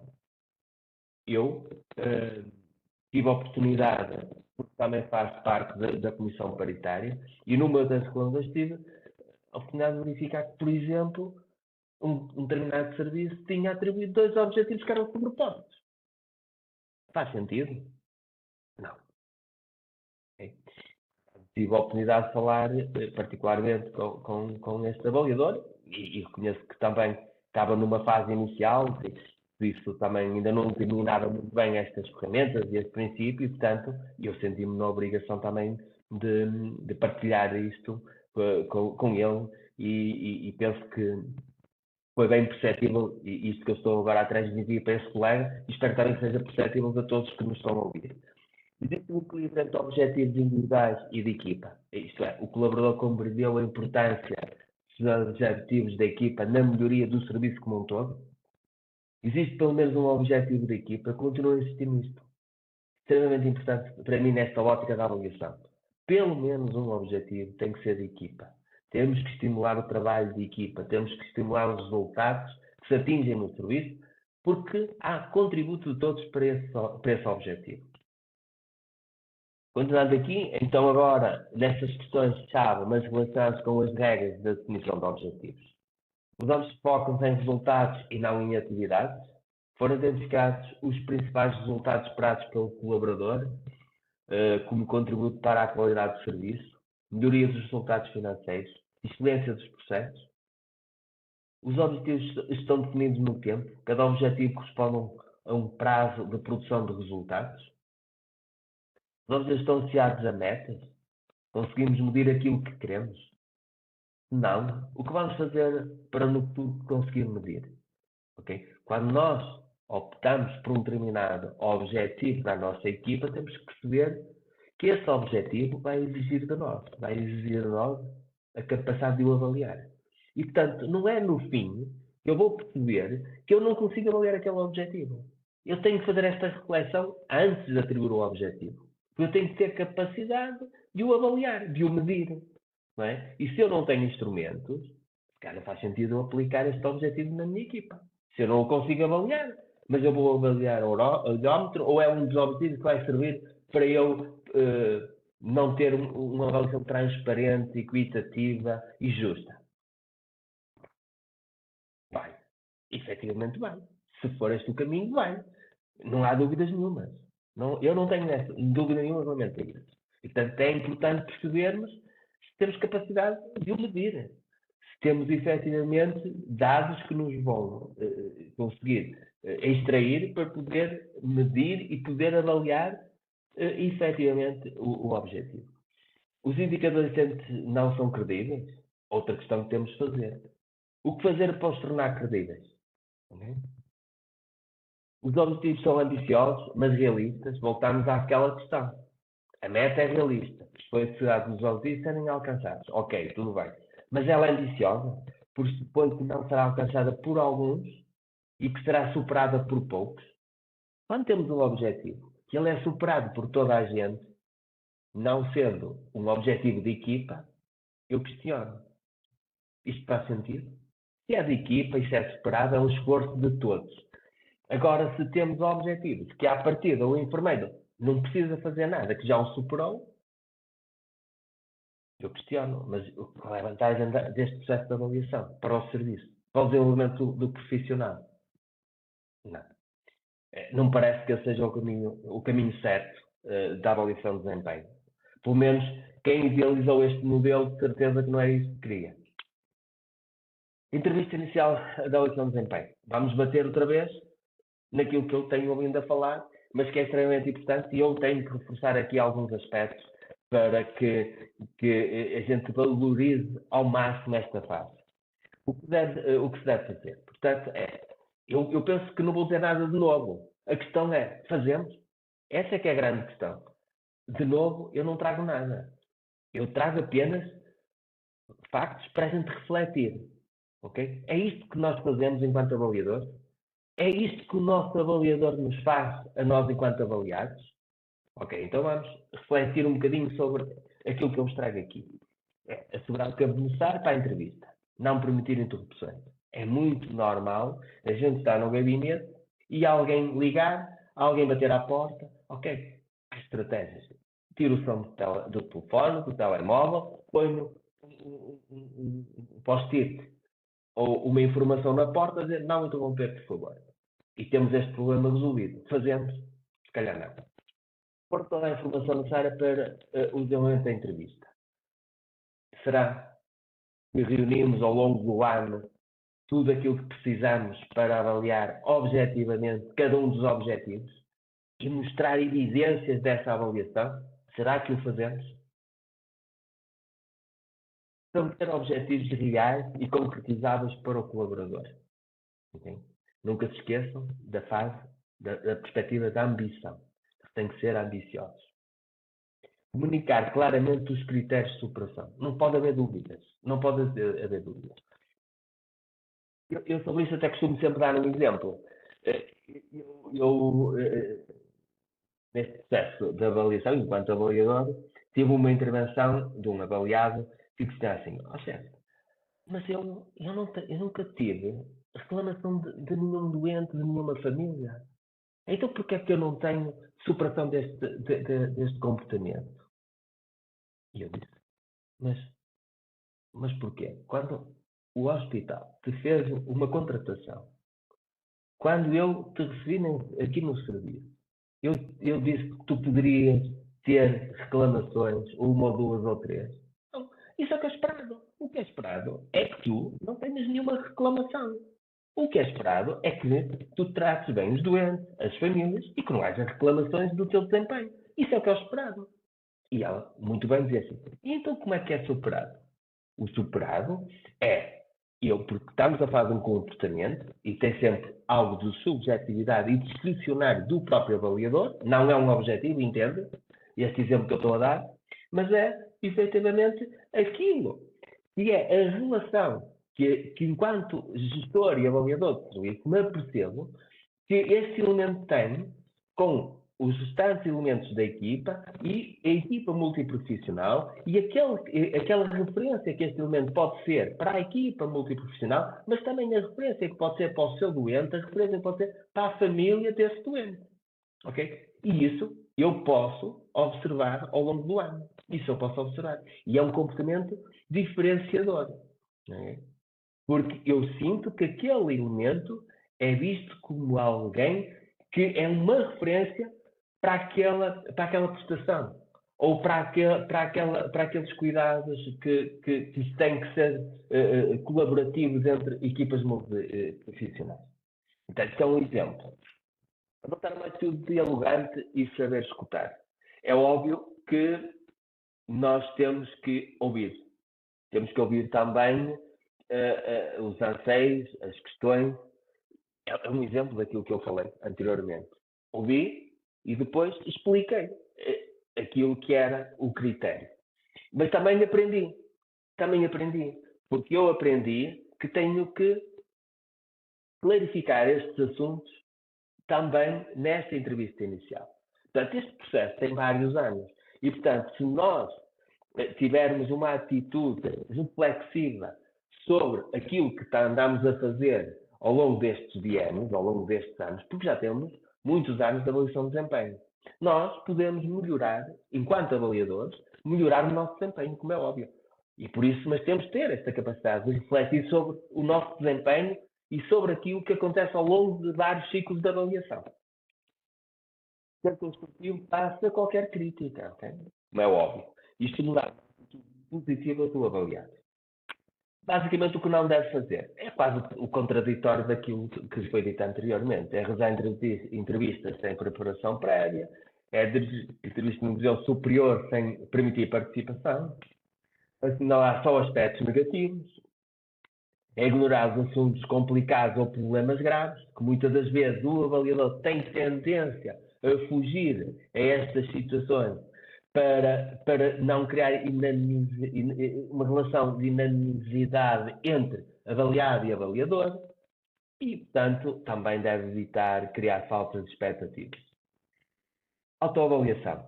A autoavaliação é muito rápido. O que eu tenho aqui a dizer é que é a apreciação que o colaborador faz do seu próprio desempenho de acordo com as mesmas referências que o colaborador tem dos objetivos, metas, comportamentos, ponderações, etc.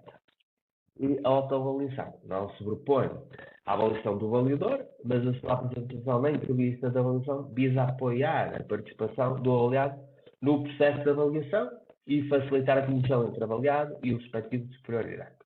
Qual é a vantagem desta autoavaliação? Eu, quando tenho autoavaliação, eu coloco a autoavaliação na mesa ao lado da avaliação que tenho feita. Okay? E permite-me analisar particularmente e com mais incidência aquilo que são os pontos de vista divergentes. Aquilo que estamos de acordo, eu posso não aprofundar, até para não alongar muito estas entrevistas, que normalmente as minhas entrevistas iniciais e de avaliação demoram 2, 3 horas. E, portanto, eu tenho que aproveitar isto para aliviar um bocadinho algumas questões. É evidente que fazer entrevistas de 2, 3 horas a equipas de 25 enfermeiros, normalmente é o que eu tenho, imagino que quem fizesse isto, que esta metodologia que eu faço, a quem tem 100 enfermeiros ou 80, teria quase que ter 2 meses para fazer isto e eu faço sempre uma de manhã e uma à tarde e mesmo assim preciso de muitos dias para concluir este processo. Entrevistas de avaliação de desempenho. A entrevista de avaliação consiste então, como já foi falado, numa reunião entre avaliador e avaliado, e na qual será analisada a autoavaliação, comunicada a avaliação, identificadas as ações de formação, a propor e fixar os objetivos para o novo ciclo avaliativo. O que se deve fazer? Portanto, é um bocadinho também naquilo que se falou anteriormente. É só ter necessário para a entrevista, não permitir introduções, se for necessária para o desenvolvimento da entrevista, descrever factos e resultados obtidos pelo avaliado ao longo do ciclo avaliativo, no sentido de suportar e sustentar a avaliação. E isto é extremamente importante. Se nós não tivermos esses factos e resultados obtidos, nós somos confrontados do porquê da avaliação que estamos a fazer. E também tenho exemplos práticos, nomeadamente num objetivo que eu tinha e que identificava efetivamente, porque tratava-se de um objetivo que ia buscar o registro que era feito, e eu tomava sempre nota daquilo que era, no fundo, o não cumprimento. Eu tomava nota do processo, do dia, do registro. E isso aconteceu-me, efetivamente, que num dos casos eu errei. E eu partilho sempre isso com o avaliado e digo, depois para ele verificar se realmente eu fiz a avaliação correta e se não, para depois voltar a falar comigo. Efetivamente, num dos casos, o avaliado mostrou que eu tinha errado. Eu provavelmente anotei mal, porque provavelmente fui interrompido quando estava a fazer essa avaliação no sistema e anotei mal. E isso fez diferença. Porque depois corrigi, efetivamente, ainda era no período em que era adequado e relevante, e essa diferença passou para relevante, a avaliação. E, portanto, nós também temos que ter estes factos e partilhar com o avaliado, no sentido de ele próprio depois verificar a veracidade e que tudo corresponde à métrica que nós temos definido. Porque pode haver enganos, há enganos. E nós somos todos humanos, o avaliador também erra. Okay? Mas, acima de tudo, tem que ser um processo transparente. É isso que é o mais importante nesta questão. Portanto, utilizar com equilíbrio e justiça toda a escala de avaliação, tendo presente que os níveis extremos se aplicam realmente a situações excepcionais. E muitas das vezes, colocar que se toda a gente supera determinado objetivo é questionável, como eu falava anteriormente. Parece que o sistema de avaliação é um instrumento ativo para evidenciar o mérito e promover a excelência. Okay? Portanto, isto já foi falado anteriormente, não vou insistir sobre isto. Comunicar claramente a avaliação dos objetivos e dos comportamentos. Também já abordamos.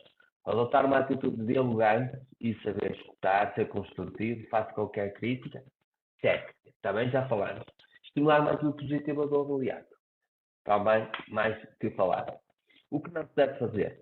Fazer entrevistas sem ficha de avaliação, devidamente preenchidas, entrevistas no chão superior sem permitir a participação, assinalar só aspectos negativos, ignorar assuntos complicados ou problemas graves, criar falsas expectativas, não realizar o seguimento de ações combinadas quando não existe um compromisso para fazê-lo. Isto é extremamente importante. Eu, quando me comprometo com um avaliado a determinada coisa, eu tenho que o cumprir. Mas o contrário também é verdade. Quando o avaliado se compromete com o avaliador a determinada coisa, também eu tenho que cumprir. Aqui, os erros tipo mais frequentes na avaliação de desempenho, que é o efeito semelhança, que é a tendência para sobrevalorizar os comportamentos que mais se identificam com as concepções ou com os padrões de comportamento do avaliador. Isto é muito natural acontecer. E, portanto, é muito fácil nós cairmos nesta tentação de querer os outros à nossa imagem. E isto, temos de ter consciência disso quando estamos a fazer as avaliações. Uma tendência central, outro erro tipo, que é a atração pelos pontos médios em detrimento dos aspectos negativos e positivos do avaliado. Okay? E, portanto, é facilitador falar em média tu isto ou tu aquilo. Okay? E, portanto, esse poderá não ser a melhor perspectiva da avaliação. O efeito aula, que é a tendência para que a opinião global sobre o avaliado influencie a percepção pontual em cada atributo. E o avaliado pode ser bom num aspecto e menos bom noutro. Isto é, traduzido isto, o que é que significa? Eu até tenho um bom enfermeiro no meu serviço, até que é referência para a equipa e referência. Ok, mas ele tem objetivos como todos. Mas ele, também como todos, é melhor num aspecto do que outro. Provavelmente tem objetivos que ele, provavelmente, se foram bem colocados, ele não é tão bom quanto isso. Porque eu quero o desenvolvimento profissional dele. E por isso coloco algo aqui desafiante. E, portanto, o efeito AL é ele depois medir isto de uma forma global. E a percepção que eu tenho do colaborador influencia-me na avaliação global. E, portanto, isso deve ser evitado. E a proximidade temporal é o erro mais frequente. Porquê? Porque nós não medimos, não acompanhamos a avaliação ao longo do ciclo. Deixamos tudo para a última. É natural no português, é natural no avaliador. E deixamos isto para a última, e o que é que significa? Significa que vamos lembrar apenas daquilo que aconteceu no último mês. Okay? E, portanto, nós temos isto, ou vamos valorizar aquilo que identificamos como negativo e vamos penalizar na avaliação, ou então identificamos algo muito bom que aconteceu no último mês e vamos extrapolar isso para a avaliação e considerar isso como um fator relevante de todo o ciclo avaliativo e que pode não traduzir realmente uma avaliação equitativa e justa do avaliado. E depois, eu infelizmente vejo muitas vezes, é fuga ao conflito. Com o objetivo de não disputar possíveis reações adversas por parte do avaliado, o avaliado tende a desresponsabilizar do processo de avaliação. É muito fácil dizer que este processo é mau, ok? Este processo é mau, isto nunca devia existir, nós deveríamos ter isto ou aquilo ou aquilo outro. Ok? E, portanto, é fuga para a frente. E depois dizer, eu até não consigo fazer a diferenciação porque este modelo não o permite. Para mim, vocês são todos bons. Portanto, isto, quando um avaliador diz, para mim, vocês são todos bons, está-se a responsabilizar do processo avaliativo. Porque, efetivamente, não somos todos bons. Nós somos diferentes. Temos, efetivamente, qualidades boas em determinados aspectos, mas há outros que não somos tão bons. Eu não domino tudo. Agora, há coisas que eu sou melhor que noutras coisas.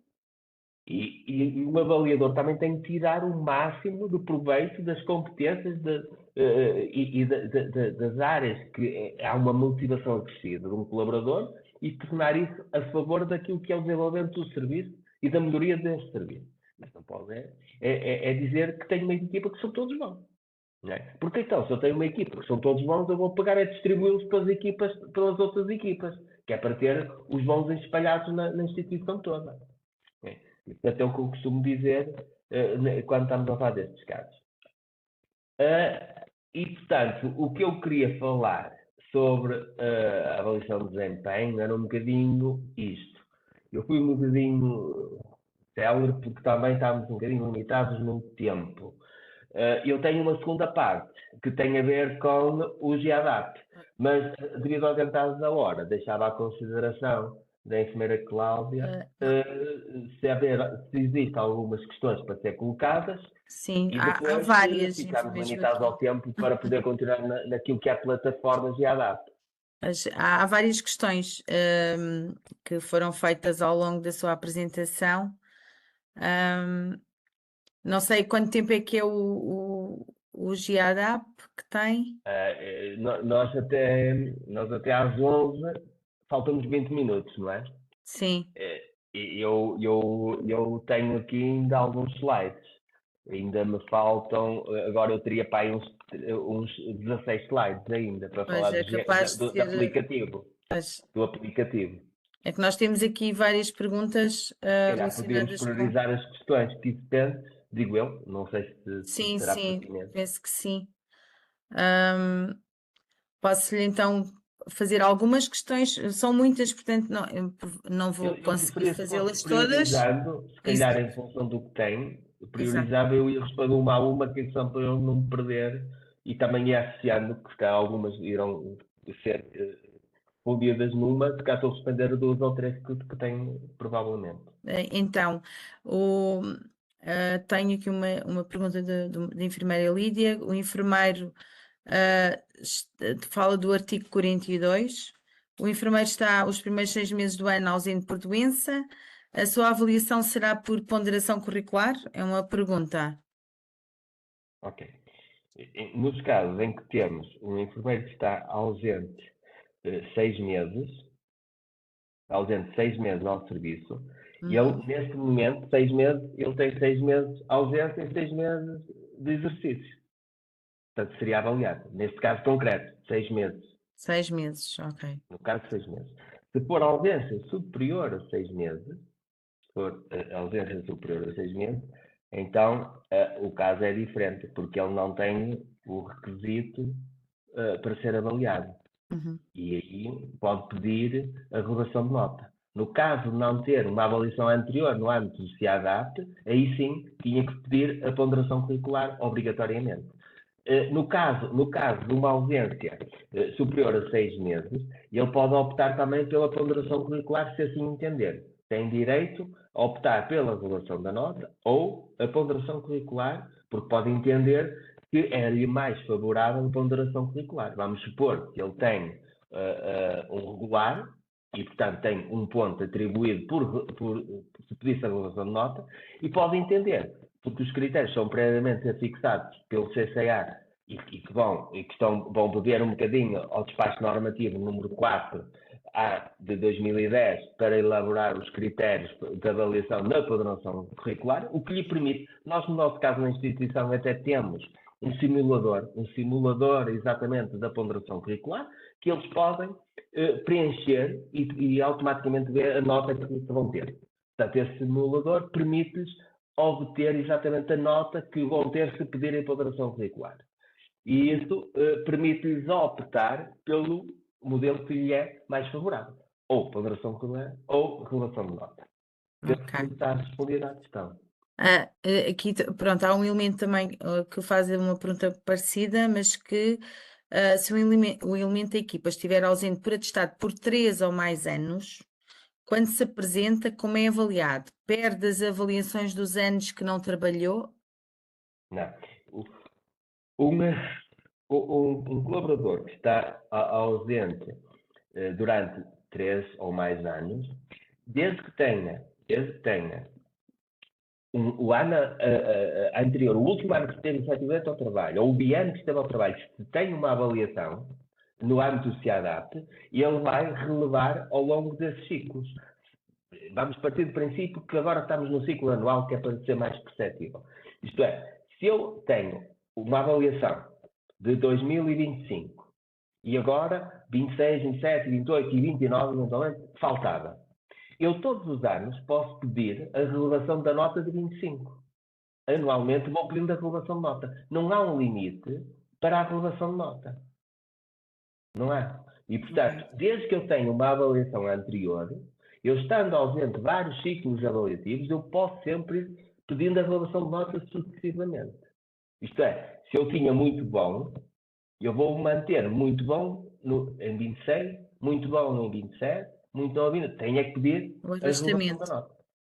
Ok. Exatamente. E aqueles, há elementos, há enfermeiros que nunca tiveram CIADAP. Pode acontecer. Exato. Aí, Nesses casos, obrigatoriamente, tem que fazer ponderação curricular.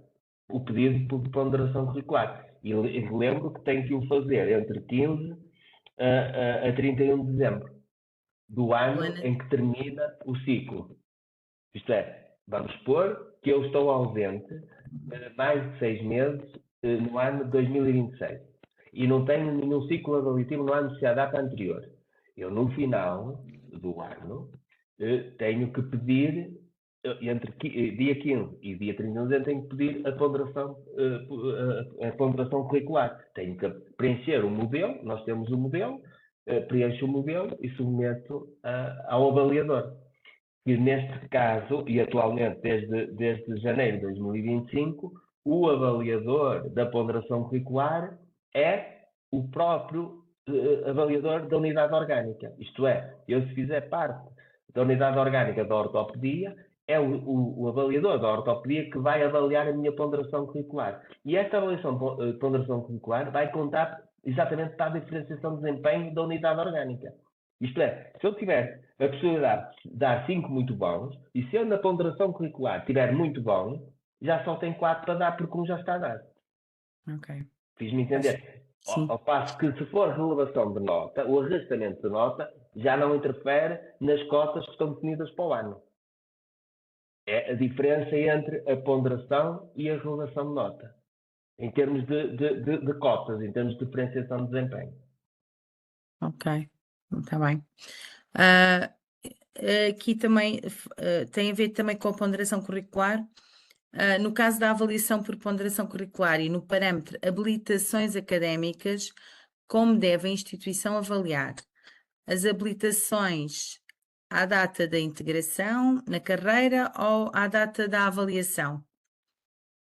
É a pergunta da Maria Jaime. Sim, isto aqui vai sempre depender dos critérios que estão definidos pelo CCA, da instituição.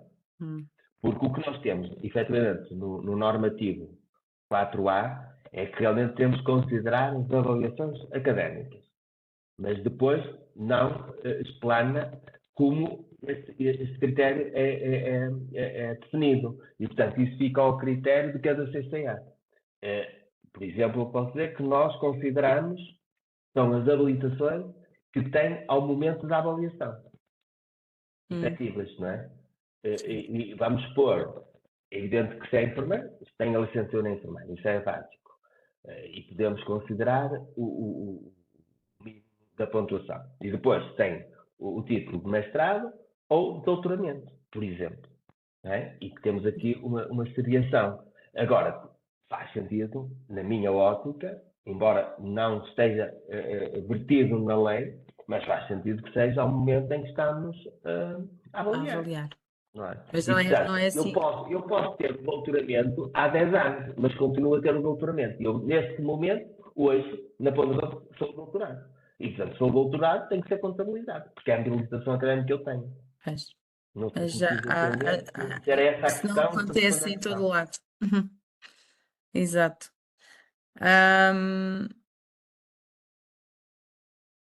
Tenho aqui um exemplo que pedem depois uma opinião sua. Por exemplo, se um enfermeiro tiver entregue a sua autoavaliação por e-mail e tiver colocado um ou mais objetivos como atingidos, verificando depois que os superou, não tendo ocorrido contacto direto ou entrevista de avaliação até hoje, de forma a realizar o contraditório da sua própria avaliação, o que deve fazer para ser devidamente avaliado? A sua nota, segundo o avaliador, foi atribuída baseando-se apenas na autoavaliação entregue e já foi harmonizada em CCA, descendo o avaliado muito bom para regular. Como deve o avaliador proceder? Ok. Eu não percebi muito bem a questão, mas vou falar daquilo que eu eventualmente percebi. Sim, se precisar que eu repita alguma coisa, diga. Não, eu acho que está um bocadinho confuso para eu perceber, mas se calhar percebi, mas vamos ver se percebi ou não. O facto é que nós temos a autoavaliação, ela não é vinculativa, não é? E, portanto, já desse pressuposto. A autoavaliação não é vinculativa, ela é um instrumento de apoio à avaliação e, essencialmente, de apoio à entrevista de avaliação. Okay? É um documento, é algo que deve ser considerado na entrevista, mas não tem poder vinculativo no processo avaliativo. E, portanto, fica sempre à consideração do avaliador essa análise ou essa consideração. Não é? Por isso, efetivamente, aquilo que está na autoavaliação é autoavaliação, não pode refletir efeitos vinculativos da avaliação. Eu não sei se estou a responder à questão. Sim, o que me parece aqui é que o colega não teve a entrevista de avaliação até hoje, portanto entregou a autoavaliação por e-mail, mas não fez a entrevista de avaliação. Portanto, não teve a oportunidade de falar com o avaliador. E teve a nota, e foi-lhe dada a nota já. Sim. Pronto. Agora, Isso já não... saber o motivo de não ter tido a entrevista. Pois. Okay? Porque essa é outra questão. São coisas muito específicas também. Muitas vezes não temos a entrevista, mas temos de saber porque é que não tivemos a entrevista. Efetivamente, partindo do princípio que está tudo correto, tinha que haver a entrevista. Isso é uma fase do processo que tem que existir. Agora, temos que ver se a entrevista foi calendarizada e depois um dos intervenientes não apareceu. Né? Temos de ver o que é que se passou pela aí, porque é que não houve a entrevista. Agora, ela tinha que existir efetivamente. Agora, se vamos supor cenários, se o avaliado não compareceu à entrevista, é evidente que a avaliação foi feita à revelia do avaliado por ausência. Uma das hipóteses. Outra hipótese é o avaliador, efetivamente, não promoveu a entrevista. E se não promoveu a entrevista, há aqui um erro processual. Ok. Outra, os objetivos que não podem ser avaliados não por causa do avaliado, mas sim porque o cumprimento desse objetivo depende de terceiros e por tal não foi conseguida a sua concretização. Como é que se faz a avaliação desse mesmo objetivo? Então, temos um objetivo, foi atribuído a um enfermeiro. Um enfermeiro, Não sim. depende de terceiros o objetivo. Porque o cumprimento desse objetivo depende de terceiros, portanto não tem a ver propriamente com o avaliado, mas tem a ver com outras pessoas, está dependendo de outras pessoas. E por tal, não foi concretizado, não foi conseguido. Mas É, esse- é aquilo que eu falava num dos pais. tem- Temos que ver se o objetivo faz sentido para o colaborador, se as metas são estabelecidas, são atingíveis, e se é um objetivo individual ou se é um objetivo de equipa, um objetivo partilhado. Não é? Se ele era individual, só pode depender do enfermeiro. Uhum. Se ele é partilhado, pode, eventualmente, se ele é partilhado de equipa, depende da equipa. Mas, mesmo dependendo da equipa, ele tem que haver condições para ser avaliado, porque se à partida nós identificamos que há alguns constrangimentos para fazer a avaliação desse objetivo, não devemos atribuir esse objetivo à nossa equipa, à equipa ou a um colaborador.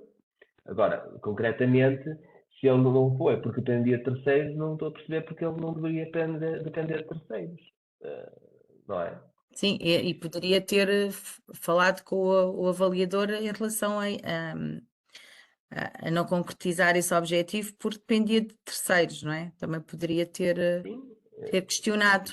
É que eu não estou a perceber essa dependência de terceiros, porque Mas também normalmente, quando nós temos os objetivos individuais, só dependem de nós, não há volta a dar. Isso é óbvio. E depois temos os objetivos de equipa, ou transversais à instituição.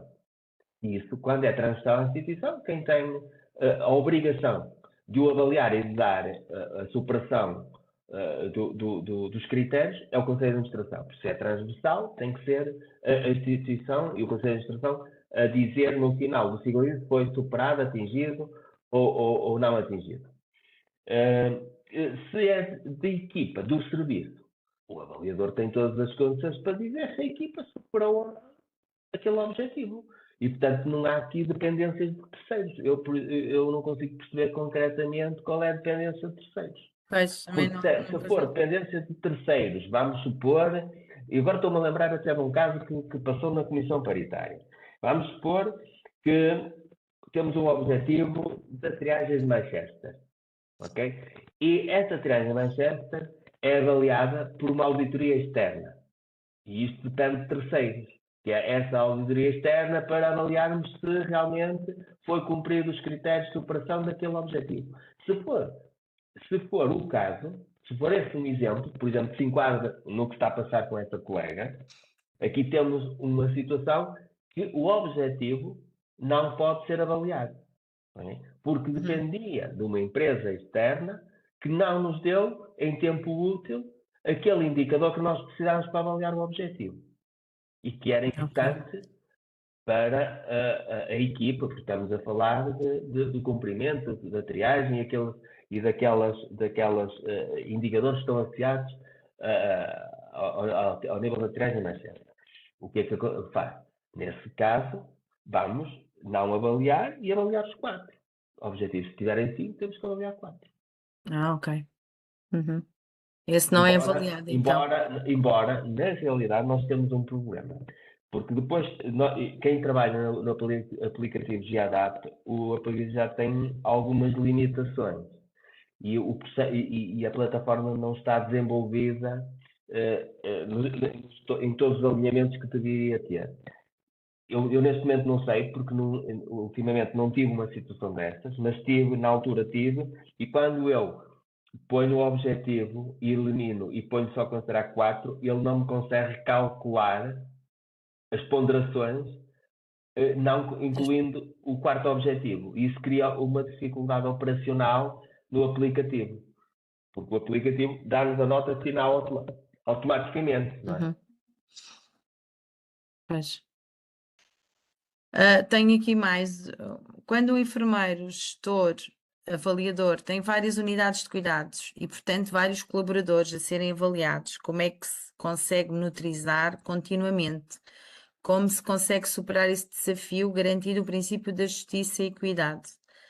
E, portanto, isto é tais situações em que os enfermeiros gestores têm muitos avaliados em vários serviços, que é ainda mais complicado. Constrangimentos reais, e esse é um deles.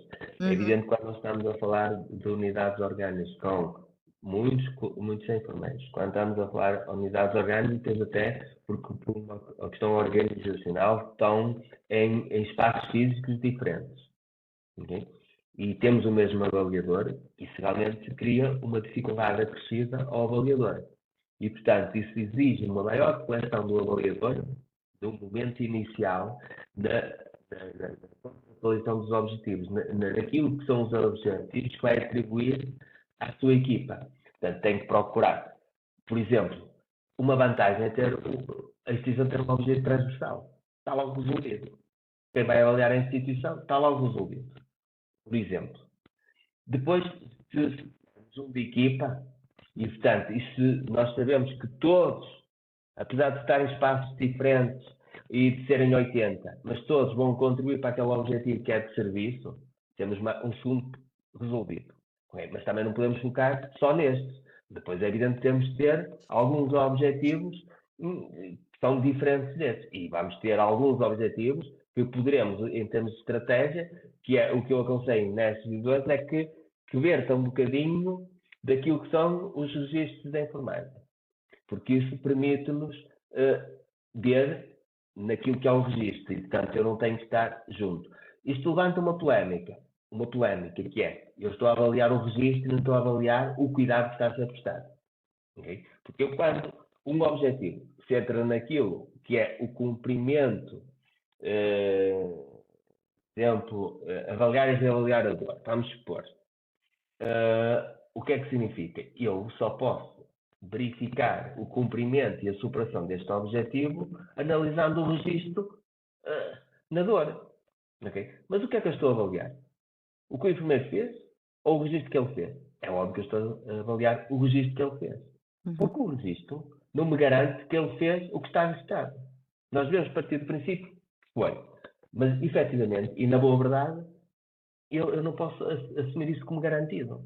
E, portanto, eu estou a avaliar o registro. Mas será, para este caso concreto que me está a pôr, ou que a colega pôs, é, efetivamente, ter um objetivo deste género, que me permite ver o cumprimento da qualidade do registro. Se isso for importante para o meu serviço, é que eu tenho que ter noção que também tem que ser importante para o serviço e para o desenvolvimento desse profissional. Porque imagino que eu identifico que um determinado profissional, num serviço cirúrgico, o que é importante, avaliar e reavaliar a dor, principalmente no pós-operatório, cumprindo um protocolo, não cai a esse registro. A mim, é importante eu colocar este objetivo a esse enfermeiro.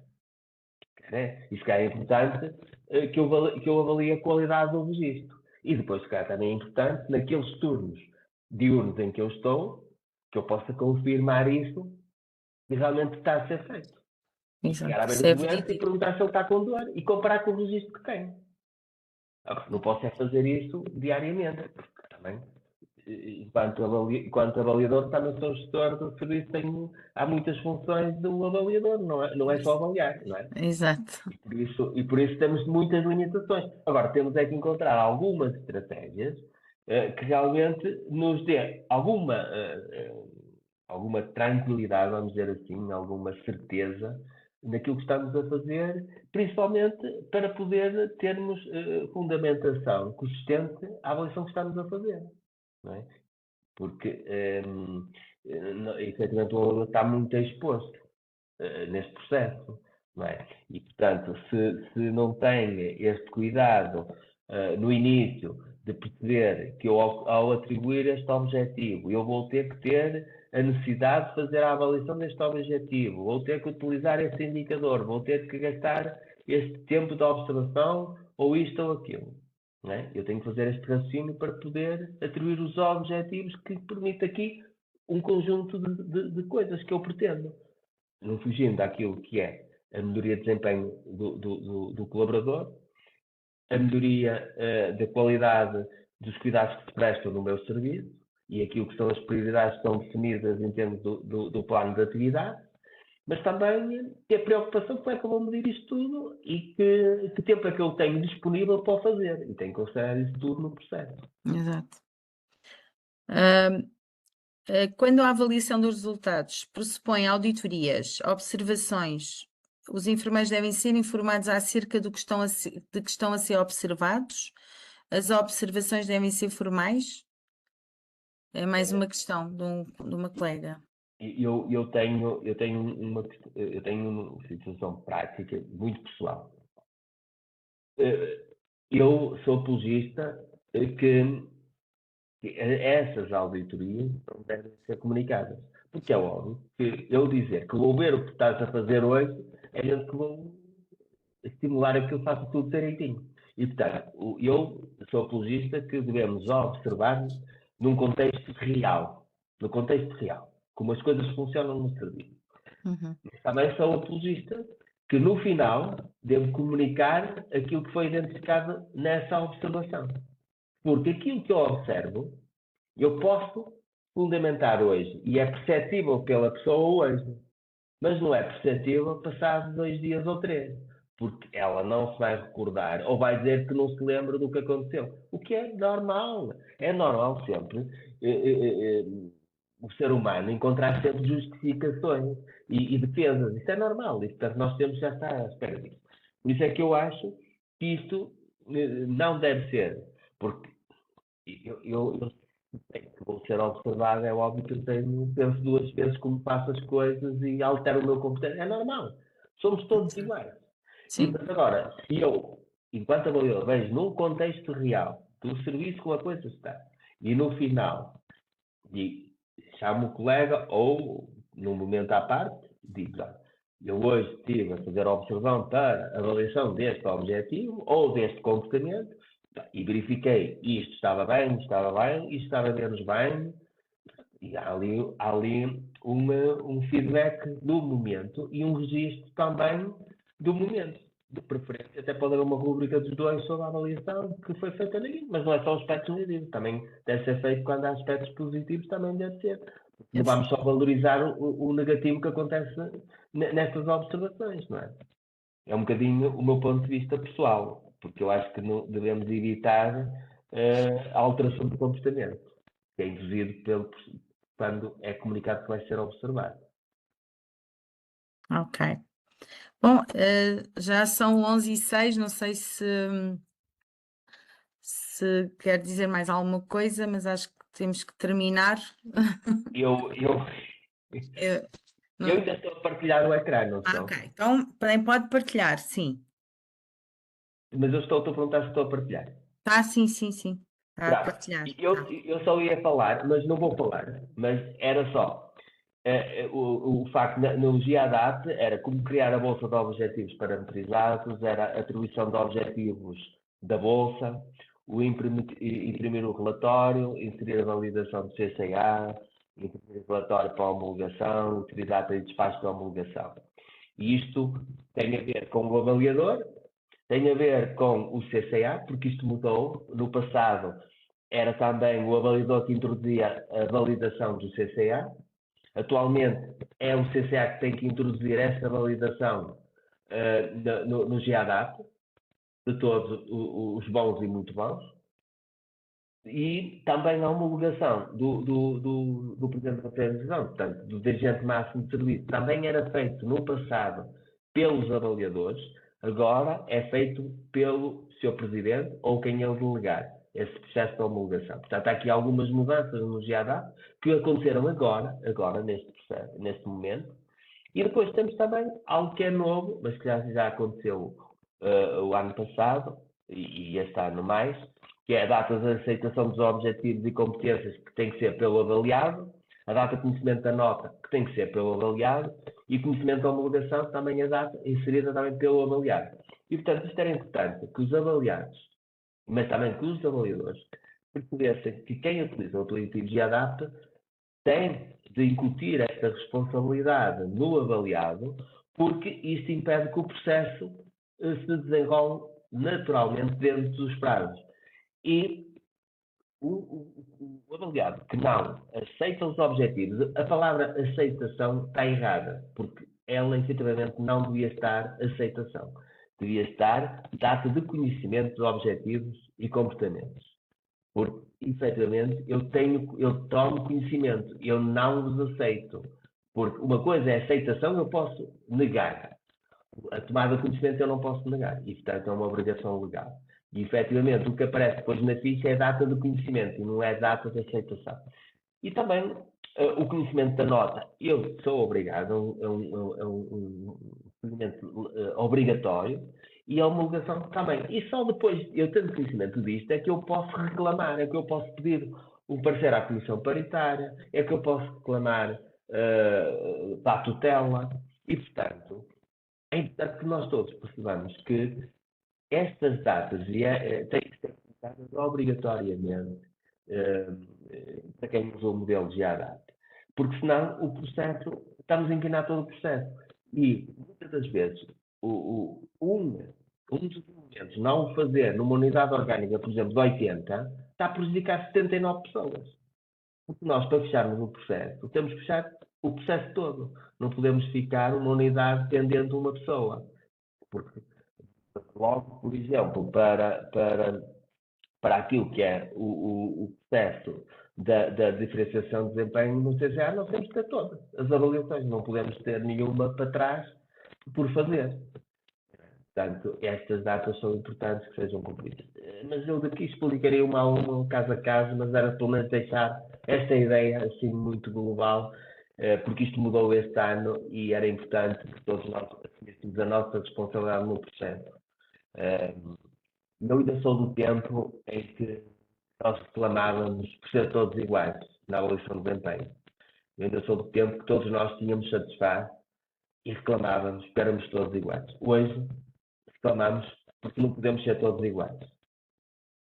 Deixo isto para pensar. É isso mesmo. Obrigada, Sr. Enfermeiro Joaquim Moreira, pela sua exposição clara, estruturada e muito relevante para a prática dos enfermeiros gestores. Tenho aqui, estão a pedir aqui no bate-papo o seu e-mail. Acho que existem mais questões que gostariam que se calhar. Vou pôr o último slide, porque está lá. E assim ajudava Aqui, a esclarecer J. mais Moreira. algumas questões que se foram muitas. Eu peço desculpa porque aqui tenho um erro. Ainda tenho o CHTS, porque foi da última apresentação, mas é o LSTS. É jmoreira@ulsts.min-saúde.pt. É só para corrigirem onde tem CHTS por o LSTS. E também temos aqui mais uma sugestão de uma colega para abordarmos o GADAP e com certeza que vamos falar com a Ordem para podermos fazer então se calhar mais um webinar com o Sr. Enfermeiro Joaquim Moreira, caso queira esteja disponível, mas pronto, isso será depois mais para a frente. E pronto, quero agradecer então ao Sr. Enfermeiro Joaquim pela disponibilidade, pela partilha de conhecimento e a todos os participantes pela vossa presença e envolvimento. Informo ainda que este webinar ficará disponível nos meios de comunicação da Ordem dos Enfermeiros para posterior consulta. E muito obrigada e até uma próxima oportunidade. Desejo a todos uma boa noite. Obrigada. Obrigado também pela moderação e obrigado novamente à Ordem dos Enfermeiros por me ter este espaço de partilha e de reflexão sobre a avaliação de desempenho, que eu acho que é importante. E obrigado a todos que nos tiveram a assistir também. Espero que tenha sido produtivo esta transmissão da minha experiência ao longo destes ciclos avaliativos. Muito obrigado a todos. Obrigada. Boa noite. Boa noite.